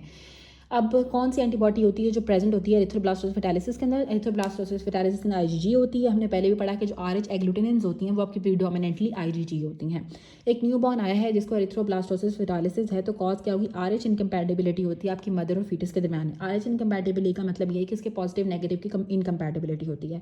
एक फीमेल है, उसको 10 मिनट्स ऑफ ट्रांसफ्यूजन के अंदर उसको हैवी चेस्ट पेन स्टार्ट हो गया, शॉर्टनेस ऑफ ब्रेथ स्टार्ट हो गया, क्रूशियल क्रिटिकल हो गया और उसके बाद उसकी डेथ हो गई तीसरे दिन। तो कॉज क्या होगी, ABO इनकम्पैटिबिलिटी। अगर एक ऐसा पेशेंट है जिसको 10 मिनट के बाद ही हैवी चेस्ट पेन स्टार्ट हो गया, डिस्निया स्टार्ट हो गया, क्रिटिकल हो गई है, डाइज हो गई 3rd डे के ऊपर, तो कॉज क्या होती है, ABO इनकम्पैटिबिलिटी। ABO इनकम्पैटिबिलिटी की वजह से जो ना पेशेंट की डेथ हो जाती है 3rd डे। एंटी-D antibodies is clinically important because cause haemolytic disease, ठीक है। जो एंटी-D एंटीबॉडीज इसलिए इंपॉर्टेंट होती है कि उसकी वजह से आपको हेमोलिटिक डिजीज हो सकती है, ठीक है, क्योंकि जो मेटर्नल एंटीबॉडीज होती हैं वो प्लेसेंटा को क्रॉस कर देती हैं और आपके फीटस के RBCs को डिस्ट्रॉय कर देती हैं। तो इसलिए जो एंटी-D एंटीबॉडी होती है वो इसलिए क्लिनिकली इंपॉर्टेंट है क्योंकि वो आपकी हेमोलिटिक डिजीज़ कराती है। अब यहाँ पे दिया हुआ है कि एक 28 ईयर ओल्ड प्रेग्नेंट लेडी थी जो कि RH नेगेटिव थी, उसने बर्थ दी RH नेगेटिव बेबी को ही। उसकी हिस्ट्री थी एलर्जिक रिएक्शंस की due to bleeding, she was advise transfusion but she was refuse transfuse RH positive blood accidentally, which of the following is true. अब एक नेगेटिव वुमेन को अगर आप पॉजिटिव ब्लड लगा दोगे तो क्या होगा, एंटी-D antibody should be given immediately to the lady, क्योंकि अब हिमोलिसिस स्टार्ट हो जाएगी क्योंकि जो बेबी था वो RH नेगेटिव है, ठीक है, but due to transfusion there are the chances mother will develop the antibodies to RH positive blood, ठीक है। RH पॉजिटिव ब्लड के लिए मदर जो एंटीबॉडीज बना लेगी, तो इसलिए आपने फॉरन से उसको एंटी-D एंटीबॉडी देनी होती है इमीडिएटली टू द लेडी, ठीक है, क्योंकि अब मदर के अंदर भी नेगेटिव ब्लड है, ठीक है, और फीटस के अंदर भी नेगेटिव ब्लड है, लेकिन जब आपने ब्लड ट्रांसफ्यूज़ किया उसमें तो एंटीबॉडीज़ थी। अब जो एंटीबॉडीज़ हैं तो आपने फॉरन उसको एंटी-D एंटीबॉडीज़ देनी होती है ताकि वो रिएक्शन ना हो और जो है ना वो प्रॉब्लम ना हो, क्योंकि उसके अंदर अब जो RH नेगेटिव मदर है और RH नेगेटिव ही फादर, RH पॉजिटिव फादर है, ठीक है। अब RH इनकम्पैटिबिलिटी को प्रिवेंट करने के लिए सेकंड चाइल्ड में हम क्या करते हैं, एंटी-डी इम्यूनोग्लोबुलिन्स देते हैं या फिर रोगम देते हैं। सेकंड चाइल्ड में प्रिवेंशन करने के लिए हम रोगम का इंजेक्शन लगाते हैं या फिर RH इम्यूनोग्लोबुलिन्स देते हैं।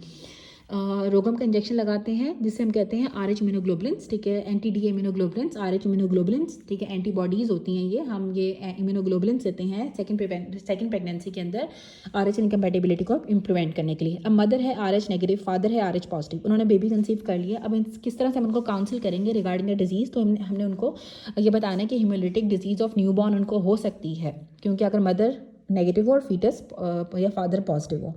एक 3 मंथ प्रेग्नेंट पेशेंट था, ठीक है, 3 मंथ प्रेग्नेंट लेडी है, ठीक है, उसका वो जो कि RH पॉजिटिव है, ठीक है, और RH नेगेटिव हस्बैंड है, ठीक है, मदर पॉजिटिव है, हस्बैंड नेगेटिव है। Come to you for counseling and she is most likely to have one of the following possibilities. Antigen can enter the maternal circulation from fetus, ठीक है।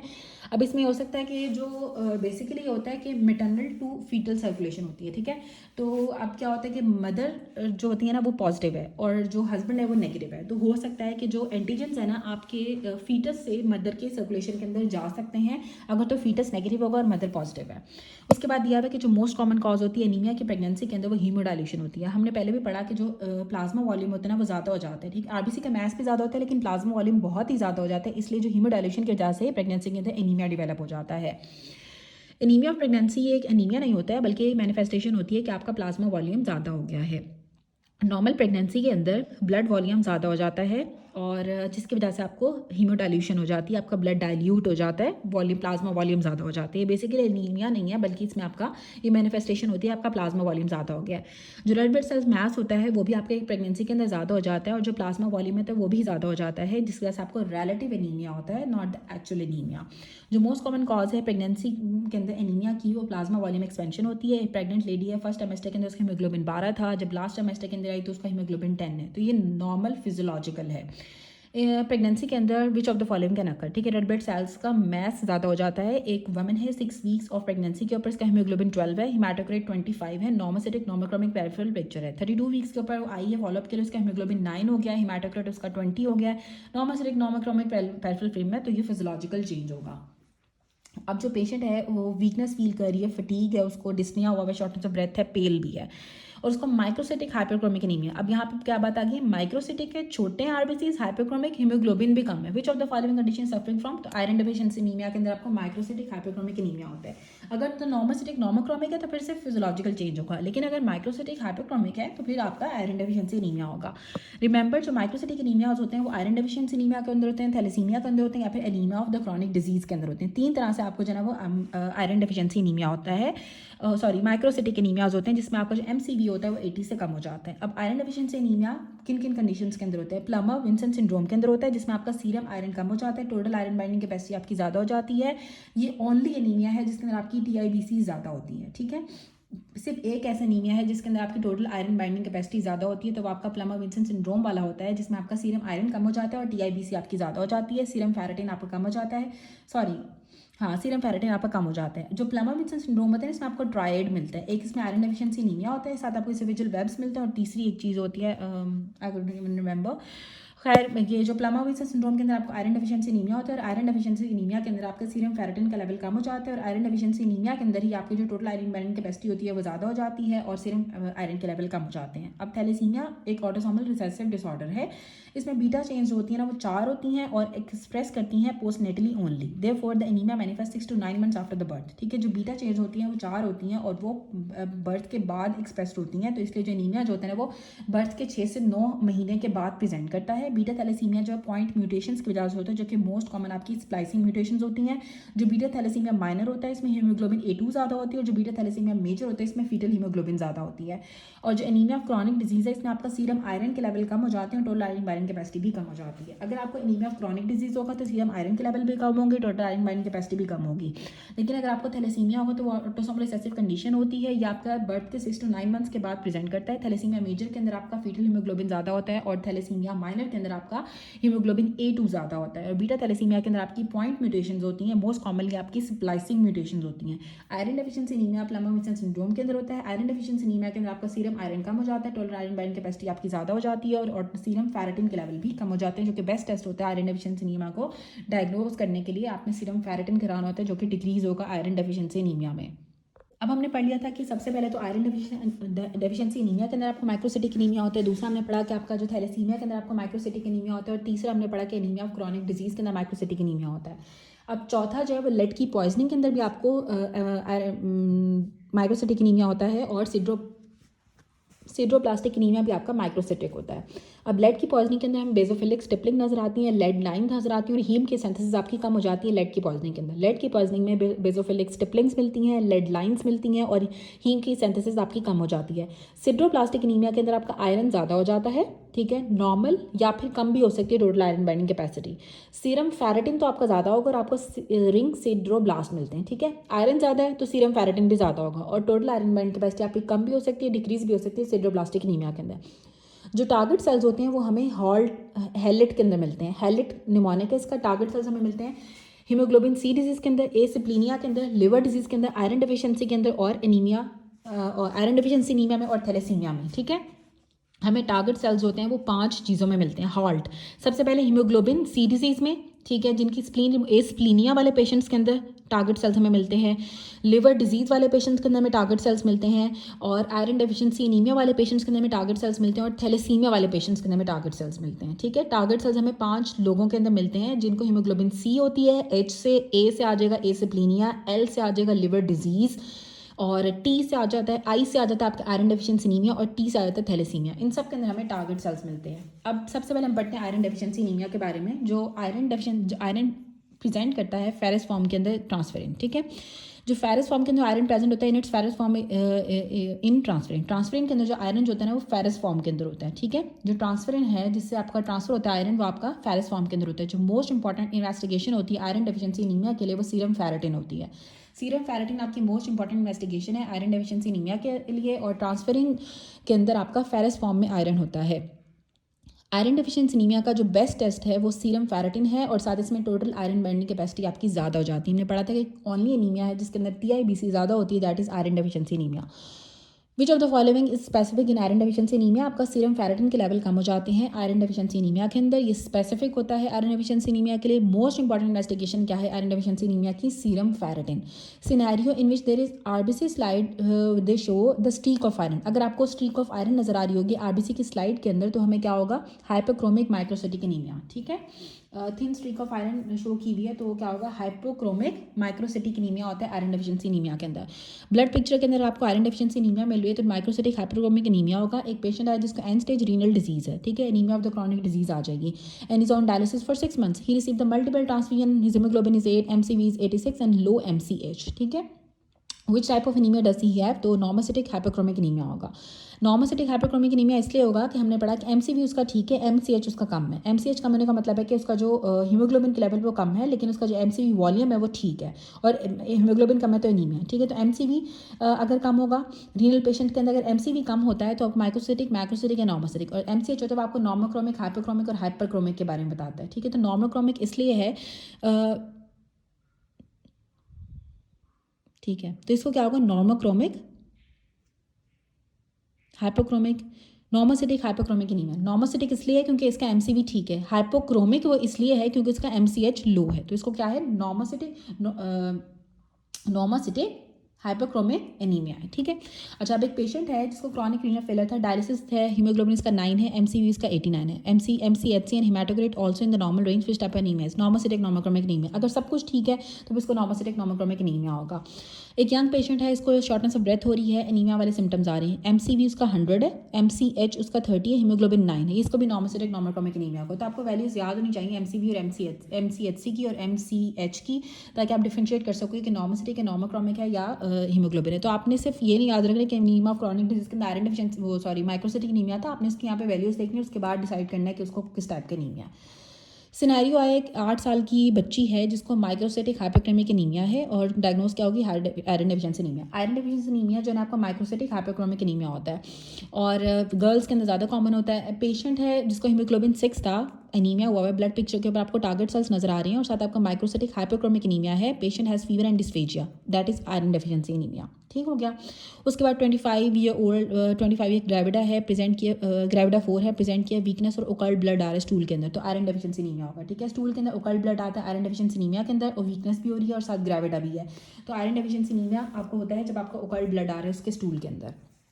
ठीक है, उसके बाद आ जाएगा हमारे पास एक पेशेंट है, ओकल्ट ब्लड आ रहा है ना स्टूल के अंदर, स्टूल के अंदर ब्लड आ रहा है तो उसकी आयरन की हीमोग्लोबिन की डेफिशिएंसी होगी तो आयरन डेफिशिएंसी एनीमिया डेवलप हो जाएगा, ओकल्ट ब्लड जिनके स्टूल के अंदर आता है। अब एक पेशेंट है जिसको आयरन डेफिशिएंसी एनीमिया है but will be seen in this patient, तो उसकी जो टोटल आयरन बाइंडिंग कैपेसिटी होगी वो ज़्यादा हो जाएगी। एक पेशेंट है जो ओपीडी के अंदर आया है, उसको ईजी फटेकेबिलिटी है, पैलर है, बॉडी एक हो रहा है और लैब के ऊपर उसका हीमोग्लोबिन 6.5 है और MCV उसका 22 है, MCHC उसका 26 है, MCV भी कम है, MCHC भी कम है। अंडरलाइन कॉज क्या होगी, आयरन डेफिशिएंसी एनीमिया, क्योंकि इसमें माइक्रोसाइटिक हाइपोक्रोमिक एनीमिया होता है आयरन डेफिशिएंसी एनीमिया के अंदर। फेरस फॉर्म जो आयरन की होती है वो हीमोग्लोबिन के अंदर होती है। ठीक है, फेरस फॉर्म होती है हीमोग्लोबिन के अंदर और फेरस फॉर्म ही होती है आपकी ट्रांसफेरिन के अंदर।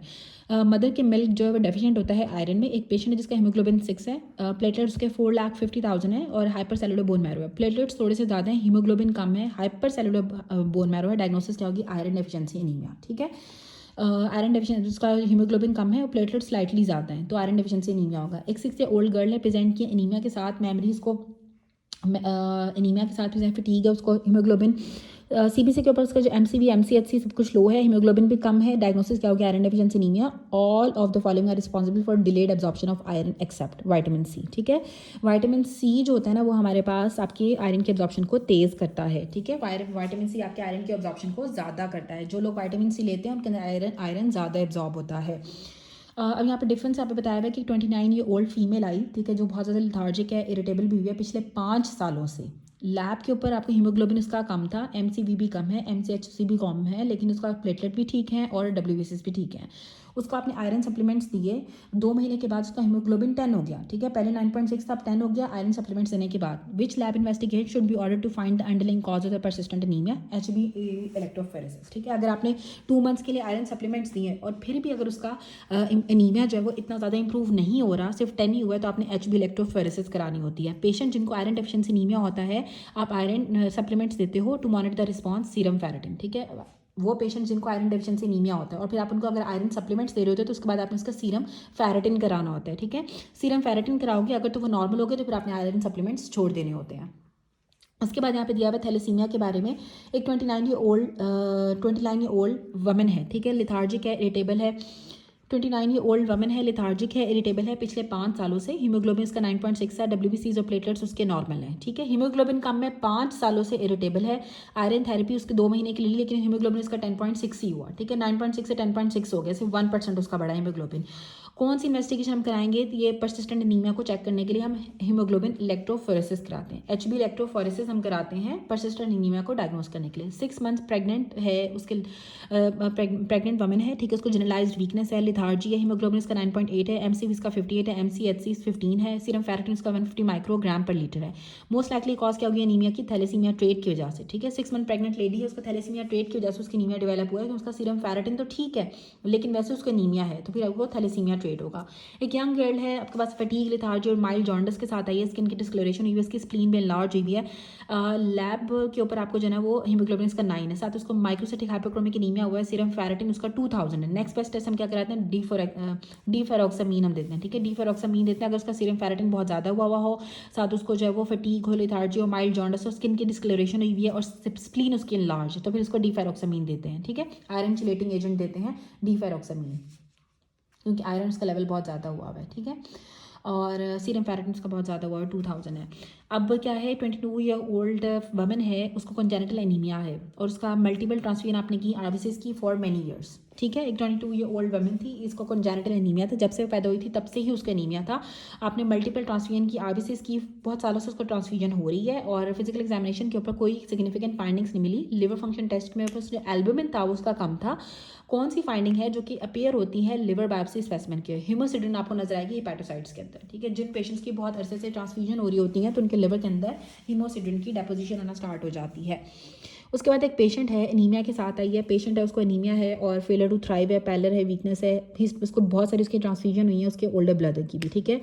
एक लड़की आई है, एक पेशेंट आई है, उसको एनीमिया भी है, फेलर टू थ्राइव है, पैलर है, वीकनेस है और वो हिस्ट्री दे रही है कि उसके बहुत सारी ट्रांसफ्यूजन है उसके ओल्डर ब्रदर की भी, हीमोग्लोबिन 6 है, MCV 55 है, microcytic hypochromic investigation of choice क्या होगी ह्यूमन HB इलेक्ट्रोफोरेसिस। हम थैलेसीमिया के लिए हमेशा ना HB इलेक्ट्रोफोरेसिस कराते हैं। अगर तो उसका आयरन लेवल ठीक और फिर भी उसको माइक्रोसाइटिक एनीमिया हो तो फिर आपने थैलेसीमिया को रूल आउट करना होता है और उसके लिए हम HB इलेक्ट्रोफोरेसिस कराते हैं। एक बच्चा है जिसकी स्प्लीन एनलार्ज हुई हुई है और फैमिली हिस्ट्री है एनीमिया की, पेरिफेरल स्मेयर के ऊपर पेशेंट का MCV भी कम है, MCH भी कम है, हीमोग्लोबिन भी कम है, इन्वेस्टिगेशन में आपने HB इलेक्ट्रोफोरेसिस करानी होती है। एक 2 साल की बच्ची है, उसका फेलर टू थ्राइव है, एनीमिया है, हीमोग्लोबिन इलेक्ट्रोफोरेसिस आपने कराया तो आपको मैक्सिमम अमाउंट में 2 अल्फा और 2 गैमा चेंज नजर आ रही हैं। तो क्या होगा डायग्नोसिस की फिटल हीमोग्लोबिन है, तो इसका मतलब है कि उसको थैलेसीमिया मेजर है, क्योंकि थैलेसीमिया मेजर के अंदर हमें फिटल हीमोग्लोबिन मिलती है। पॉइंट म्यूटेशन जो होती हैं बीटा थैलेसीमिया के अंदर आपकी पॉइंट म्यूटेशंस होती हैं। जो thalassaemic child took appointment for dentist tooth extraction के लिए, लेकिन 2 दिन पहले ही उसको जो है वो डीप जॉन्डिस और डार्क यूरिन डेवलप हो गया, हीमोग्लोबिन 4 है, तो डायग्नोसिस क्या होगी सिक्वेस्ट्रेशन क्राइसिस, ठीक है। अगर उसको जो है वो डीप जॉन्डिस डेवलप हो जाए थैलेसीमिया वाले पेशेंट को, या उसका यूरिन जो है वो डार्क कलर का हो जाए, हीमोग्लोबिन बहुत ज़्यादा कम हो जाए, इसका मतलब है कि उसको सिक्वेस्ट्रेशन क्राइसिस है। एक 2 साल की बच्ची है, प्रोग्रेसिव पैलर है, उसको बहुत ज़्यादा पेल है, हीमोग्लोबिन इसका 4.9 ग्राम पर डेसीलीटर है, हीमोग्लोबिन बहुत ज़्यादा कम है, MCV भी कम है, हिपैटोस्प्लीनोमेगाली भी हुई है, तो उसको क्या होगा थैलेसीमिया मेजर। 2 साल की बच्ची जिसको पेल बहुत ज़्यादा हो, ठीक है, स्प्लीन और उसकी लिवर भी इनलार्ज होता है और इसमें जो MCV है वो कम होता है, हीमोग्लोबिन भी कम होता है। अब एक बच्चा है उसको एनीमिया डेवलप हो गया और brother has the history of massive transfusion, ठीक है। एक बच्चा है उसको ब्लड ग्रुप एनीमिया डेवलप हो गया, उसके ब्रदर की भी हिस्ट्री है कि उसको भी बहुत ज़्यादा उसकी ट्रांसफ्यूजन हुई है, तो पॉसिबल डायग्नोसिस थैलेसीमिया होगा, क्योंकि थैलेसीमिया फैमिली में रन करता है। एक बच्चा उसका हीमोग्लोबिन बहुत कम है, रेटिक काउंट उसका 12% हुआ हुआ है, बहुत ज़्यादा हुआ हुआ है, स्प्लीन भी उसकी एनलार्ज हो गया क्योंकि आपने बार बार उसकी ट्रांसफ्यूजन्स कराई हैं, तो डायग्नोसिस में आ जाएगा थैलेसीमिया मेजर, क्योंकि अक्सर थैलेसीमिया वाले पेशेंट्स की स्प्लीन एनलार्ज हो जाती है मल्टीपल ट्रांसफ्यूजन की वजह से, रेटिक काउंट उनका ज़्यादा हो जाता है, हीमोग्लोबिन उनका कम होता है। बीटा थैलेसीमिया में आपको एबनॉर्मल बीटा ग्लोबुलिन चेन की सिंथेसिस होती है, ठीक है। बीटा थैलेसीमिया के अंदर जो बीटा चेन्स होती हैं वो एबनॉर्मल होती हैं और बीटा ग्लोबुलिन चेन्स एबनॉर्मल होती है बीटा थैलेसीमिया के अंदर। थैलेसीमिया मेजर को हम डायग्नोस करते हैं जब आपका फीटल हीमोग्लोबिन ज़्यादा होता है। हमने पढ़ा कि A2 हीमोग्लोबिन ज़्यादा होता है थैलेसीमिया माइनर के अंदर और आपका फीटल हीमोग्लोबिन ज़्यादा होता है थैलेसीमिया मेजर के अंदर। एक पेशेंट है जिसको लेथार्जी है, पिगमेंटेशन है उसकी बॉडी के ऊपर, हीमोग्लोबिन इसका कम है, MCV भी कम है, MCH भी कम है, सीरम फेरेटिन उसका 1000 है, तो ट्रीटमेंट हम क्या करेंगे डीफेरोक्सामीन देंगे, ठीक है। डीफेरोक्सामीन आपने देना होता है जिनके बॉडी पे पिगमेंटेशन हो, लेथार्जी हो या MCV जो है इसका 8.1, ठीक, उसका हीमोग्लोबिन 8.1, हीमोग्लोबिन भी कम है, लेथार्जिक है, पिगमेंटेशन हुई है बॉडी के ऊपर, तो सीरम फेरेटिन उसका 1000 हुआ है, तो हम डीफेरोक्सामीन देते हैं। उसके बाद आती है हमारे पास लेड पॉइजनिंग। लेड पॉइजनिंग के अंदर हमें क्या मिलता है कि विच ऑफ द फॉलोइंग जो है peripheral blood findings associated with lead poisoning, ठीक है। बेसोफिलिक स्टिपलिंग हमें मिलती हैं ब्लड के ऊपर, जो यहाँ पूछा हुआ है कि पेरिफेरल ब्लड स्मेयर जब हम कराएंगे तो हमें बेसोफिलिक स्टिपलिंग मिलती है अगर लेड की पॉइजनिंग होगी। उसके बाद दिया हुआ है कि एक आयरन डेफिशिएंसी एनीमिया वाले पेशेंट के अंदर टोटल आयरन बाइंडिंग कैपेसिटी आपकी ज़्यादा हो जाती है, ये ओनली टाइप का एनीमिया है जिसके अंदर टोटल आयरन बाइंडिंग कैपेसिटी ज़्यादा हो जाती है। एक लेडी आई सर्जरी के बाद उसका एक्यूट ब्लड लॉस हुआ था, कौन सा टाइप का एनीमिया इसमें होगा, नॉर्मोसिटिक नॉर्मोक्रोमिक एनीमिया होता है एक्यूट ब्लड लॉस में। क्रॉनिक ब्लड लॉस के अंदर आपको पहले तो नॉर्मोसिटिक नॉर्मोक्रोमिक एनीमिया होता है और बाद में आपको माइक्रोसिटिक हाइपोक्रोमिक एनीमिया हो जाता है, आयरन डेफिशिएंसी एनीमिया हो जाता है, ठीक है। एक्यूट ब्लड लॉस के अंदर आपको नॉर्मोसिटिक नॉर्मोक्रोमिक होगा, क्रॉनिक ब्लड लॉस के अंदर पहले आपको नॉर्मोसिटिक नॉर्मोक्रोमिक होता है, बाद में आपको माइक्रोसिटिक हाइपोक्रोमिक एनीमिया डेवलप हो जाता है। एक लड़का आया, उसको रोड ट्रैफिक उसका एक्सीडेंट हुआ था, सडनली उसका 1.5 लीटर्स उसका ब्लड लॉस हो गया और पेरिफेरल पिक्चर के में नॉर्मोसिटिक नॉर्मोक्रोमिक एनीमिया मिलेगा।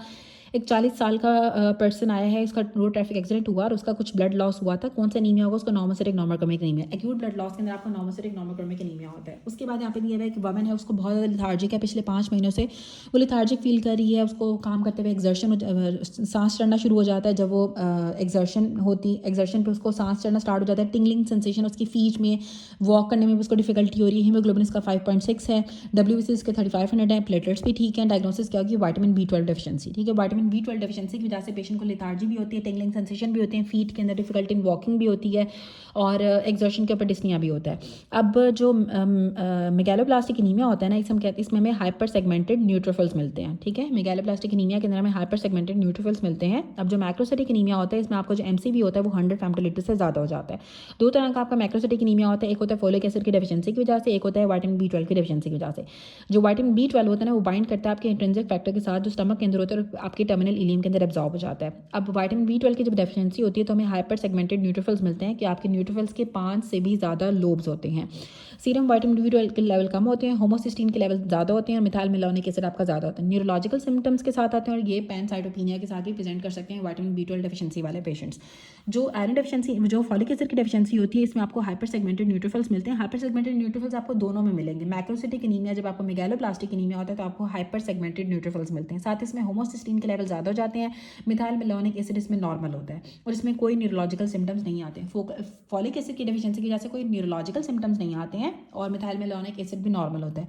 लेकिन विटामिन B12 की डेफिशिएंसी के अंदर आपका मिथाइल मेलानिक एसिड ज़्यादा होता है, होमोसिस्टीन के लेवल ज़्यादा होते हैं, होमोसिस्टीन के लेवल आपकी फॉलिक एसिड की डेफिशिएंसी के अंदर भी ज़्यादा होते हैं और न्यूरोलॉजिकल सिम्टम्स आते हैं आपके विटामिन B12 की डेफिशिएंसी के अंदर। जो फॉलेट होता है वो 3 से 6 महीने के अंदर कम होता है और विटामिन B12 को 3 से ज़्यादा साल लगते हैं कम होने में। फॉलेट की जो होती है ना वो ज़्यादातर आपको ग्रीन लीफी वेजिटेबल्स मिलता है और जो विटामिन B12 होता है वो आपकी फूड ऑफ एनिमल ओरिजिन के अंदर होता है। एनिमल ओरिजिन वाली फूड के अंदर आपका विटामिन B12 होता है, जो मतलब गोश्त वगैरह खाते हैं उनके अंदर विटामिन B12 होता है।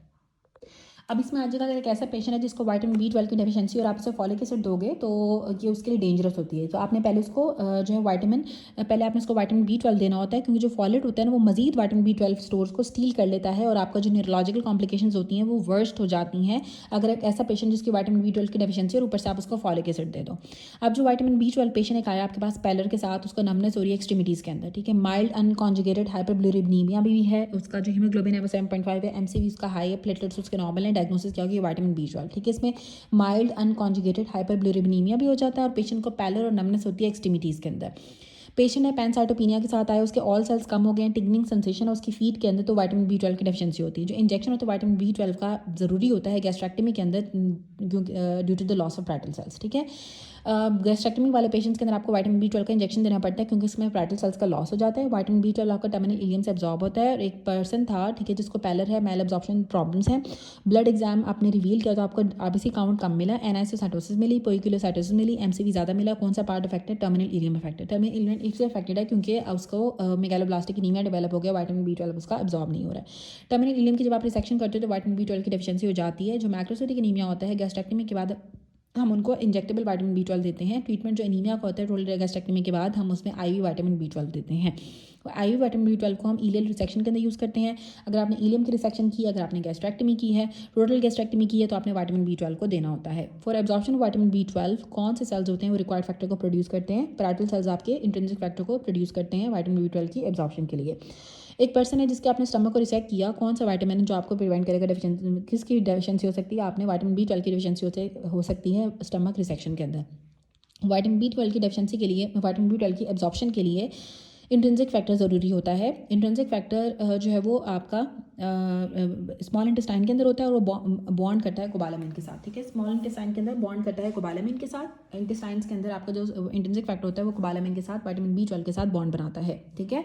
अब ये बात आपने याद रखनी है कि जो इंट्रिंसिक फैक्टर है वो आपके स्टमक से आएगा और आपके कोबालामिन या विटामिन B12 के साथ इसने बॉन्ड बनाया हुआ होता है। एक और मतलब उस बॉन्ड के साथ ही वो स्मॉल इंटेस्टाइन में एब्जॉर्ब होता है। जब इंट्रिंसिक फैक्टर होगा तो ही विटामिन B12 एब्जॉर्ब होगा, अगर इंट्रिंसिक फैक्टर नहीं है तो फिर विटामिन B12 आपका एब्जॉर्ब नहीं हो पाता है। एक सिनेरियो दिया हुआ था जिसमें विटामिन B12 का एनीमिया था, पेशेंट को क्या होगा? Loss of sense of vibration होगी, सेंस ऑफ वाइब्रेशन उसकी लॉस हो जाएगी, उसको जो है वो टिंगलिंग सेंसेशन होगी, पैरासीजर्स डेवलप हो जाते हैं। विटामिन B12 जो होता है वो ब्लड के अंदर बाय ट्रांसकोबालामिन 2 से ट्रांसपोर्ट होता है। विटामिन B12 ब्लड के अंदर कैरिड होता है बाय ट्रांसकोबालामिन 2 से। विटामिन B12 स्टोर होता है ट्रांसकोबालामिन 1 की फॉर्म में और ट्रांसपोर्ट होता है ट्रांसकोबालामिन 2 की फॉर्म में, ठीक है। विटामिन B12 जो होता है वो स्टोर होता है ट्रांसकोबालामिन 1 की फॉर्म में और विटामिन B12 ट्रांसपोर्ट होता है ट्रांसकोबालामिन 2 की फॉर्म में। जो मैक्रो ओवल ओसाइट्स होते हैं, हाइपर सेगमेंटेड न्यूट्रोफिल्स होते हैं और जो थ्रोम्बोसाइटोपिनिया में इंडिकेट करता है विटामिन B12 की डेफिशिएंसी को। क्या आपको मैक्रो ओवल ओसाइट्स मिलेंगे, न्यूट्रोफिल्स आपके हाइपर सेगमेंटेड हो जाएंगे, थ्रोम्बोसाइट्स आपके कम भी हो सकते हैं विटामिन B12 की डेफिशिएंसी के अंदर। एक पेशेंट है जिसको टिंगलिंग सेंसेशन है उसकी पेरिफेरल बॉडी के अंदर, लैब इन्वेस्टिगेशन के ऊपर उसका MCV ज़्यादा है और मोस्ट प्रोबेबल पैथोलॉजी क्या होगी? पर्नीशियस एनीमिया, ठीक है। टिंगलिंग सेंसेशन है और उसका MCV रेज्ड है, इसका मतलब इसको मैक्रोसिटिक एनीमिया तो पर्नीशियस एनीमिया हो सकता है। एक चाइल्ड है 2 साल का बच्चा, ठीक है प्रेजेंट किया है OPD के अंदर, उसको बुखार हुआ हुआ है, पैलर है, बाउल की डिस्टर्बेंस हुई है। लैब इन्वेस्टिगेशंस के ऊपर हमें हीमोग्लोबिन 5.6% मिल रहा है, MCV उसका बढ़ा हुआ है, हीमोग्लोबिन कम है, MCV बढ़ा हुआ है, MCH से भी इंक्रीज है। इन्वेस्टिगेशन ऑफ चॉइस क्या होती है? सीरम विटामिन B12 लेवल्स, ठीक है, हम विटामिन B12 के लेवल्स कराते हैं।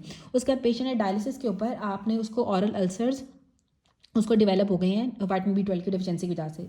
अगर वो डायलिसिस वाला पेशेंट हो और उसको विटामिन B12 की डेफिशिएंसी हो तो उसको ऑरल अल्सर्स डेवलप हो जाते हैं। सिग्निफिकेंट पोर्शन जो होता है ना, एंड स्टेज रीनल डिजीज वाले पेशेंट जो होते हैं इनको फिजियोलॉजिकल विटामिन B12 की डेफिशिएंसी डेवलप हो जाती है which can lead to mouth ulcers. ठीक है, अब जो जिनको बहुत ज़्यादा एंड स्टेज रीनल डिजीज वाले पेशेंट्स होते हैं ना, या जो डायलिसिस वाले पेशेंट्स हैं, उनको फिजियोलॉजिकल विटामिन B12 डेफिशिएंसी हो जाती है और जिसकी वजह से उनको माउथ अल्सर्स डेवलप हो जाते हैं। होमोसिस्टीन के लेवल ज़्यादा हो जाते हैं विटामिन B12 की डेफिशिएंसी के अंदर। एक बच्चा आया है जिसको बुखार हो रहा है, पेट में दर्द हो रहा है, उसका MCV ज़्यादा हुआ है, हीमोग्लोबिन कम है, डायग्नोसिस क्या होगी? सीरम विटामिन B12 हम कराएंगे। एक फीमेल आई है जिसको फिटीग है, पैलर है, टिंगलिंग सेंसेशन है। ठीक है, फिटीग भी है, पैलर भी, टिंगलिंग सेंसेशन है। पेरिफेरल फिल्म के ऊपर हमें ओवल मैक्रोसाइट्स नजर आ रहे हैं, मतलब बड़े बड़े सेल्स नजर आ रहे हैं, ओवल मैक्रोसाइट्स हैं। साथ आपके जो न्यूट्रोफिल्स हैं वो हाइपर सेगमेंटेड है। मोस्ट अप्रोप्रिएट डायग्नोसिस आपने विटामिन B12 डेफिशिएंसी को रूल आउट करना है। एक बच्चा है 2 साल का, उसको बुखार है, डायरिया हुआ है 2 दिन से, पैलर है, हीमोग्लोबिन उसका कम हुआ है, MCV उसका बढ़ा हुआ है, MCHC भी ज़्यादा हुआ। इन्वेस्टिगेशन ऑफ चॉइस हम सीरम विटामिन B12 ऐसे कराएंगे। एक 60 ओल्ड है जिसकी टर्मिनल इलियम और इलियो सीकल जंक्शन को आपने रिसेक्ट कर दिया है, लॉन्ग रन में उसको विटामिन B12 की डेफिशिएंसी हो जाएगी। एनीमिया जिसके अंदर आपका MCV रेज्ड हो, हाइपर सेगमेंटेड न्यूट्रोफिल्स हो, डायग्नोसिस में आपका पर्नीशियस एनीमिया आता है। लेकिन जो पर्नीशियस एनीमिया होता है ना, एक ऑटोइम्यून डिजीज़ होती है। फीमेल है, प्रेजेंट की है नमनेस के साथ, नमनेस है, उसको पेरिफेरल स्मेयर के ऊपर हमें हीमोग्लोबिन तो कम है लेकिन हाइपर सेगमेंटेड न्यूट्रोफिल्स नजर आ रही हैं। तो कॉज क्या होगी? Pernicious anaemia. Most likely cause क्या होती है पर्नीशियस एनीमिया की? Autoimmune atrophic gastritis. जो ऑटोइम्यून एट्रोफिक हिस्टाइटिस होता है उसकी वजह से आपको पर्नीशियस एनीमिया डेवलप हो जाता है। अब फॉलिक एसिड क्या होती है? प्रेग्नेंट लेडी को एडवाइस किया जाता है कि वो ग्रीन लीफी वेजिटेबल्स खाए, which nutrient advice which plays important part in the development of foetus. Folic acid आपका इंपॉर्टेंट पार्ट होता है फीटस की डेवलपमेंट के अंदर। एक प्रेग्नेंट लेडी है जिसके MCV 120 है, मीन कार्पस्कुलर वॉल्यूम 120 है। विच of the following deficiencies could cause this? Folic acid की वजह से जो है ना वो आपको ये इसकी डेफिशिएंसी हो सकती है। ठीक हो गया? फॉलिक एसिड की डेफिशिएंसी की वजह से आपका MCV 120 हो सकता है, आपको मैक्रोसिटिक एनीमिया हो सकता है। प्रेग्नेंट लेडी जो सिर्फ आयरन ले रही थी, सिर्फ फेरस ले रही थी, जिस वजह से उनको फॉलिक एसिड डेफिशिएंसी, अगर वो पेशेंट्स जो सिर्फ आयरन ले रही होती हैं प्रेगनेंसी में, उनको फॉलिक एसिड की डेफिशिएंसी डेवलप हो जाती है।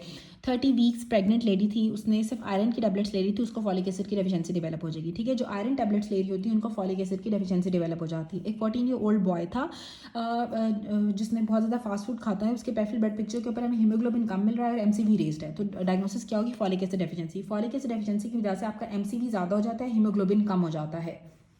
उसके बाद यह एक पेशेंट है, उसका हीमोग्लोबिन जो है वो 8 है और WBCs उसके 3000 है, प्लेटलेट्स उसके 50,000 है। अब WBCs भी कम है, प्लेटलेट्स भी कम है, हीमोग्लोबिन भी कम है, सब कुछ कम है, पैनसाइटोपिनिया हुआ है और इसका ब्लड बैलेंस डिस्टर्ब हो गया है, स्किन की पिगमेंटेशन उसको मिल रही है। ठीक है, MCV उसका 110 है। तो कॉज क्या होगी? Megaloblastic anaemia. मेगालोब्लास्टिक एनीमिया के अंदर आपका हीमोग्लोबिन कम हो जाता है, MCV और MCH ज़्यादा हो जाता है। मेगालोब्लास्टिक एनीमिया के अंदर हमें ओवल मैक्रोसाइटोसिस होती है और मोस्ट कॉमन कॉज जो मैक्रोसिटिक एनीमिया की है वो आपकी फॉलिक एसिड डेफिशिएंसी है। फॉलिक एसिड डेफिशिएंसी ज़्यादातर मैल न्यूट्रिशन की वजह से होती है और जो विटामिन B12 डेफिशिएंसी होती है वो मैल एब्जॉर्प्शन की वजह से होती है, जो कि कई साल लगते हैं विटामिन B12 की डेफिशिएंसी को अपेयर होने में। ठीक है, इसलिए जो हमारी जो पॉपुलेशन है वो ज़्यादातर क्या है?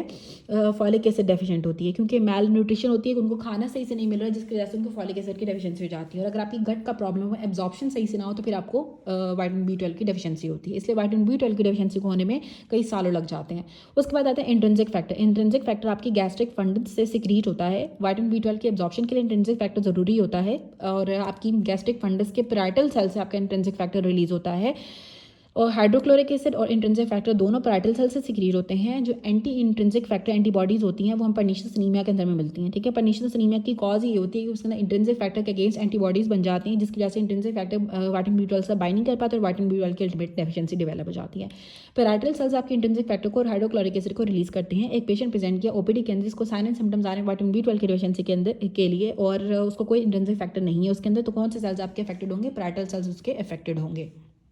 बिस्मिल्लाहिर्रहमानिर्रहीम। Next topic of discussion is haemolytic anaemia. Haemolytic anaemia के अंदर आपका अनकॉन्जुगेटेड हाइपर बिलिरुबिनेमिया हो जाता है। आपका जो अनकॉन्जुगेटेड बिलिरुबिन होता है वो आपका ज़्यादा हो जाता है। अब 2 तरह के हेमोलिटिक एनीमियाज होते हैं कि ये नॉर्मोसिटिक एनीमियाज होते हैं और इसमें आपके एक इंट्रिंसिक हेमोलिटिक एनीमियाज होते हैं, एक आपके एक्सट्रिंसिक हेमोलिटिक एनीमिया होते हैं। दोनों के अंदर आपका जो रेटिक काउंट होता है वो ज़्यादा हो जाता है। एनीमिया जिसके अंदर कोई ना कोई इंट्रिंसिक कॉज होगी उसको हम इंट्रिंसिक हेमोलिटिक एनीमिया कहते हैं। इसमें 2 चीज़ें आती हैं, एक आपकी हेरिडिटरी स्फेरोसाइटोसिस आती है, एक आपकी G6PD की डेफिशिएंसी आती है।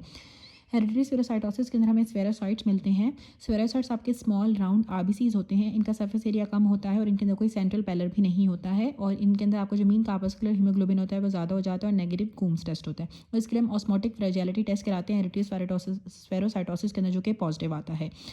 अब इसमें क्या होगा, MCHC ज़्यादा हो जाता है, नेगेटिव कूम्स्टेंस आता है, ऑस्मोटिक फ्रेजिलिटी टेस्ट हम कराते हैं हेरिटेज स्फेरोसाइटोसिस के अंदर। इसमें आपका बेसिकली मेम्ब्रेन डिफेक्ट होता है, स्फेरोसाइट्स बन जाते हैं जो कि स्मॉल राउंड RBCs होते हैं, जिनका सरफेस एरिया तो कम हो जाता है और सेंट्रल पैरल लॉस हो जाता है। G6PD की डेफिशिएंसी भी आपके इंट्रिंसिक हेमोलिटिक एनीमियाज के अंदर आती है। ये आपकी मोस्ट कॉमन फॉर्म है एंजाइम डेफिशिएंसी हेमोलिटिक एनीमिया की। एंजाइम डेफिशिएंसी हेमोलिटिक एनीमियाज में जो मोस्ट कॉमन कॉज होती है वो G6PD होती है। G6PD एक सेल्फ लिमिटिंग डिजीज़ होती है, ये मेल्स को अफेक्ट करती है। इसमें हमें हिंस बॉडीज़ मिलती हैं, वो ड्रग्स जो कि G6PD कराती हैं इसमें आती हैं इज़ द पेन, ठीक है। Haemolysis is the pain, haemolysis is the pain इसका निमोनिक है। इससे आ जाएगा isoniazid, sulphonamides, dapsones, primaquine, aspirin, ibuprofen, nitrofurantoin. जो एंटी मलेरियल ड्रग्स होती हैं जिसमें आपकी प्राइमेक्यूइन आ जाती है, ये आपके G6PD की डेफिशिएंसी G6PD डिजीज़ कराती हैं। इसमें आती है इज़ द पेन। आई से आ जाएगा आइसोनियाज़िड, एस से आ जाएगा सल्फोनामाइड्स, डी से आ जाएगी डेप्सोन्स, पी से आ जाएगा प्राइमेक्यूइन, ए से आ जाता है एस्पिरिन, आई से आइबुप्रोफेन, एन से नाइट्रोफ्यूरेंटाइन। अब आते हैं extrinsic haemolytic anaemias. Extrinsic haemolytic anaemias होते हैं ये ऑटोइम्यून होते हैं। इसमें आपकी warm antibody autoimmune haemolytic anaemia होता है, इसमें IgG मिलती है, और कोल्ड एग्लूटिनिन डिजीज़ के अंदर हमें IgM मिलती है। ये कोम्स टेस्ट इसमें पॉजिटिव होता है। जो हेरिटेज स्फेरोसाइटोसिस था उस पर कोम्स टेस्ट आपका नेगेटिव था, लेकिन जो आपके ऑटोइम्यून एक्सट्रिंसिक हेमोलिटिक एनीमिया है इसके अंदर आपको कोम्स टेस्ट पॉजिटिव होता है, और कोल्ड के अंदर हमें IgM मिलती है, और वार्म के अंदर हमें IgG मिलती है। अब जो माइक्रोएंजियोपैथिक एनीमियाज होते हैं इसमें हमें शिस्टियोसाइट्स मिलते हैं, हैमलेट सेल्स मिलते हैं। मैक्रोएंजियोपैथिक के अंदर हमें शिस्टोसाइट हैमलेट सेल्स मिलते हैं। इन्फेक्शन की वजह से भी आपको एक्सट्रिंसिक हेमोलिटिक एनीमिया डेवलप हो जाते हैं। हेमोलिटिक एनीमिया आपके अनकॉन्जुगेटेड हाइपरबिलिरुबिनीमिया के साथ एसोसिएटेड होते हैं। जो हेप्टोग्लोबिन होता है वो आपके फ्री हीमोग्लोबिन के साथ बाइंड कर जाता है, और जो इंट्रावास्कुलर हेमोलिसिस के अंदर जो फ्री हीमोग्लोबिन होती है वो रिलीज़ होती है आपकी सर्कुलेशन के अंदर, हेप्टोग्लोबिन बाइंड कर जाता है, जिसकी वजह से आपकी हेप्टोग्लोबिन कम हो जाती है जब आपको हेमोलिटिक एनीमियाज होते हैं। हेमोलिटिक एनीमियाज के अंदर बेसिकली जो है फ्री हीमोग्लोबिन ज़्यादा हो जाने की वजह से जो आपका हेप्टोग्लोबिन है वो ज़्यादा हीमोग्लोबिन के साथ बाइंड कर जाएगा, और आपका फ्री हेप्टोग्लोबिन जो है वो कम हो जाता है, क्योंकि हेप्टोग्लोबिन आपके फ्री हीमोग्लोबिन के साथ बाइंड कर जाता है। तो आपके हेमोलिटिक एनीमियाज के अंदर या जब इंट्रावास्कुलर हेमोलिसिस होती है तो आपके हेप्टोग्लोबिन के लेवल्स कम हो जाते हैं, फ्री हेप्टोग्लोबिन के लेवल्स कम हो जाते हैं। जो हेप्टोग्लोबिन होता है वो आपके हीमोग्लोबिन के साथ बाइंड हो जाता है, क्योंकि फ्री हीमोग्लोबिन इतना ज़्यादा है हेप्टोग्लोबिन के लेवल कम हो जाएंगे। बिस्मिल्लाहिर्रहमानिर्रहीम। Now the topic of discussion इसके जो हेप्टोग्लोबिन होते हैं, हीमोग्लोबिन आपके हेप्टोग्लोबिन के साथ बाइंड कर जाती है। हेमोलिसिस के बाद जो हेप्टोग्लोबिन के लेवल होते हैं, हेमोलिसिस के बाद हेप्टोग्लोबिन आपके फ्री आयरन के साथ बाइंड कर जाती है। हेमोलिसिस के बाद जो हेप्टोग्लोबिन होती है वो फ्री आयरन के साथ बाइंड कर जाती है। इंट्रावास्कुलर हेमोलिसिस के अंदर हमें हेप्टोग्लोबिन कम मिलते हैं। जब आपकी इंट्रावास्कुलर हेमोलिसिस होती है तो हेप्टोग्लोबिन कम हो जाती है, क्योंकि जब इंट्रावास्कुलर हेमोलिसिस होती है तो जो हीमोग्लोबिन फ्री हीमोग्लोबिन होती है वो हेप्टोग्लोबिन के साथ बाइंड कर जाती है, और आपके हेप्टोग्लोबिन के लेवल्स कम हो जाते हैं इंट्रावास्कुलर हेमोलिसिस में। एक पेशेंट आया जिसको ऑटोइम्यून डिजीज़ है, उसकी किडनीज को भी इन्वॉल्व करिए, उसके लंग्स को भी इन्वॉल्व करिए, उसका रेटिकुलोसाइट काउंट उसका 9 हो गया है, और हीमोग्लोबिन उसका 7 ग्राम पर डेसीलीटर है। हीमोग्लोबिन कम है, रेटिकुलोसाइट काउंट ज़्यादा है, ऑटोइम्यून डिजीज़ है जो उसकी किडनीज को भी अफेक्ट करिए, लंग्स को भी अफेक्ट करिए, तो क्या होगा, हमारे पास हेप्टोग्लोबिन के लेवल कम हो जाएंगे। हेप्टोग्लोबिन के लेवल कम हो जाते हैं जब आपको इंट्रावास्कुलर हेमोलिसिस होती है ना, तो इसके अंदर आपको जो एब्सेंस ऑफ हेप्टोग्लोबिन हो जाती है प्लाज्मा के अंदर। इंट्रावास्कुलर हेमोलिसिस को हम इस तरह से ही डायग्नोस करते हैं, जब आपके हेप्टोग्लोबिन के लेवल्स कम हो जाएंगे, आपकी जो आपकी प्लाज्मा के अंदर हेप्टोग्लोबिन है वो एब्सेंट हो जाए, तो हमें पता चलता है कि आपकी इंट्रावास्कुलर हेमोलिसिस हो रही है। अब कौन सी प्रोटीन्स होती हैं जो फ्री हीमोग्लोबिन के साथ बाइंड करती हैं? जो हेप्टोग्लोबिन होती है वो फ्री हीमोग्लोबिन के साथ बाइंड करती है। G6PD आपकी एक एक्स लिंक डिजीज़ होती है, हमने पहले भी पढ़ा। जो G6PD होती है वो एक्स लिंक होती है, ये सिर्फ मेल्स को अफेक्ट करती है, सेल्फ लिमिटिंग डिजीज़ होती है। एक पेशेंट है वो प्राइमेक्यून ले रहा था मलेरिया के लिए, हमने पहले भी ड्रग्स पढ़ी थी कि जो इज़ द पेन आपकी ड्रग्स होती हैं जो कि G6PD की डेफिशिएंसी के अंदर आपको G6PD डिजीज़ कराती हैं, ठीक है। आई से आ जाएगी आइसोनियाज़िड थी हमारे पास, एस से थी सल्फोनामाइड्स थी, द में डी से डैप्सम थी, और पेन के अंदर पी से आपकी प्राइमेक्यून थी जो कि एंटी मलेरियल ड्रग होती है, ए से एस्पिरिन थी, आई से आपकी आइबुप्रोफेन थी, और एन से आपकी नाइट्रोफ्यूरेंटाइन थी। अब एक पेशेंट है वो प्राइमेक्यून ले रहा था मलेरिया के लिए, उसको एनीमिया डेवलप हो गया। पेफिल के अगर आपको हेंस बॉडीज नजर आएंगी और वाइट सेल्स नजर आएंगी तो डायग्नोसिस क्या होगी? G6PD की डेफिशिएंसी। G6PD की डेफिशिएंसी के अंदर आपको हेंस बॉडीज नजर आती हैं और साथ वाइट सेल्स नजर आते हैं।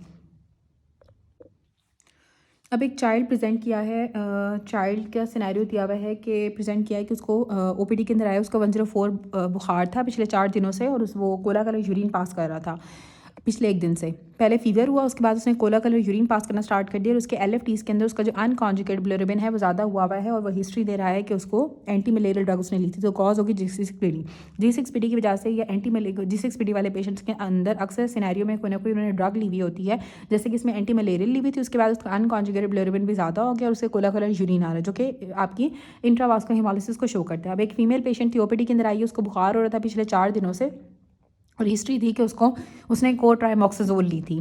जो कि एक सल्फोनामाइड है, उसने एक और ट्राइमॉक्साजोल ली थी और उसके बाद उसको कोलाकर यूरिन आना स्टार्ट हो गया, तो जो उसका जो LFTs डिरेंज हुए, अनकॉन्जुगेटेड बिलिरुबिन उसका ज़्यादा हो गया। अब लाइकली डायग्नोसिस क्या हो गया, उसको ब्लैक वाटर फीवर डेवलप हो गया है। अब यहाँ पे बात ये है कि अब जो G6PD की जो कैरी फीमेल्स होती है ना, वो G6PD की कैरियर्स होती हैं और रियली अफेक्टेड होती हैं। हमने पहले भी पढ़ा कि G6PD होती है ना, वो मेल्स के अंदर होती है। G6PD मेल्स के अंदर होती है, तो अगर मेल का सिनेरियो दिया हुआ होगा ना, तो आपने G6PD कहना है। लेकिन अगर फीमेल दी हुई होगी सिनेरियो के अंदर, तो फिर आपने ब्लैक वाटर फीवर कहना है, ठीक है। कोला कलर यूरिन भी इसको आ रहा है, कोट्राइमॉक्साजोल इसने ली थी और अनकॉन्जुगेटेड बिलिरुबिन इसका ज़्यादा हुआ है, तो लाइकली डायग्नोसिस क्या होगी, ब्लैक वाटर फीवर। अब यहाँ पे बात लिखी हुई है कि G6PD जो होती है वो फीमेल्स के अंदर कैरियर के तौर पर प्रेजेंट करती है। फीमेल्स आपकी रेयरली अफेक्टेड होती हैं और फीमेल्स आपकी कैरियर्स होती हैं G6PD के अंदर, क्योंकि एक्स लिंक्ड होती है। जो ब्लैक वाटर फीवर होता है ना, वो आपका प्लाज्मोडियम फैल्सीपैरम की वजह से होता है। मलेरिया वाले पेशेंट्स के अंदर होता है, प्लाज्मोडियम फैल्सीपैरम की वजह से होता है। अगर तो पेशेंट मेल होगा तो डायग्नोसिस आपकी G6PD होगी, लेकिन यहाँ पे फीमेल है तो इसलिए डायग्नोसिस आपकी ब्लैक वाटर फीवर है, जो कि प्लाज्मोडियम फैल्सीपैरम की वजह से हुआ है।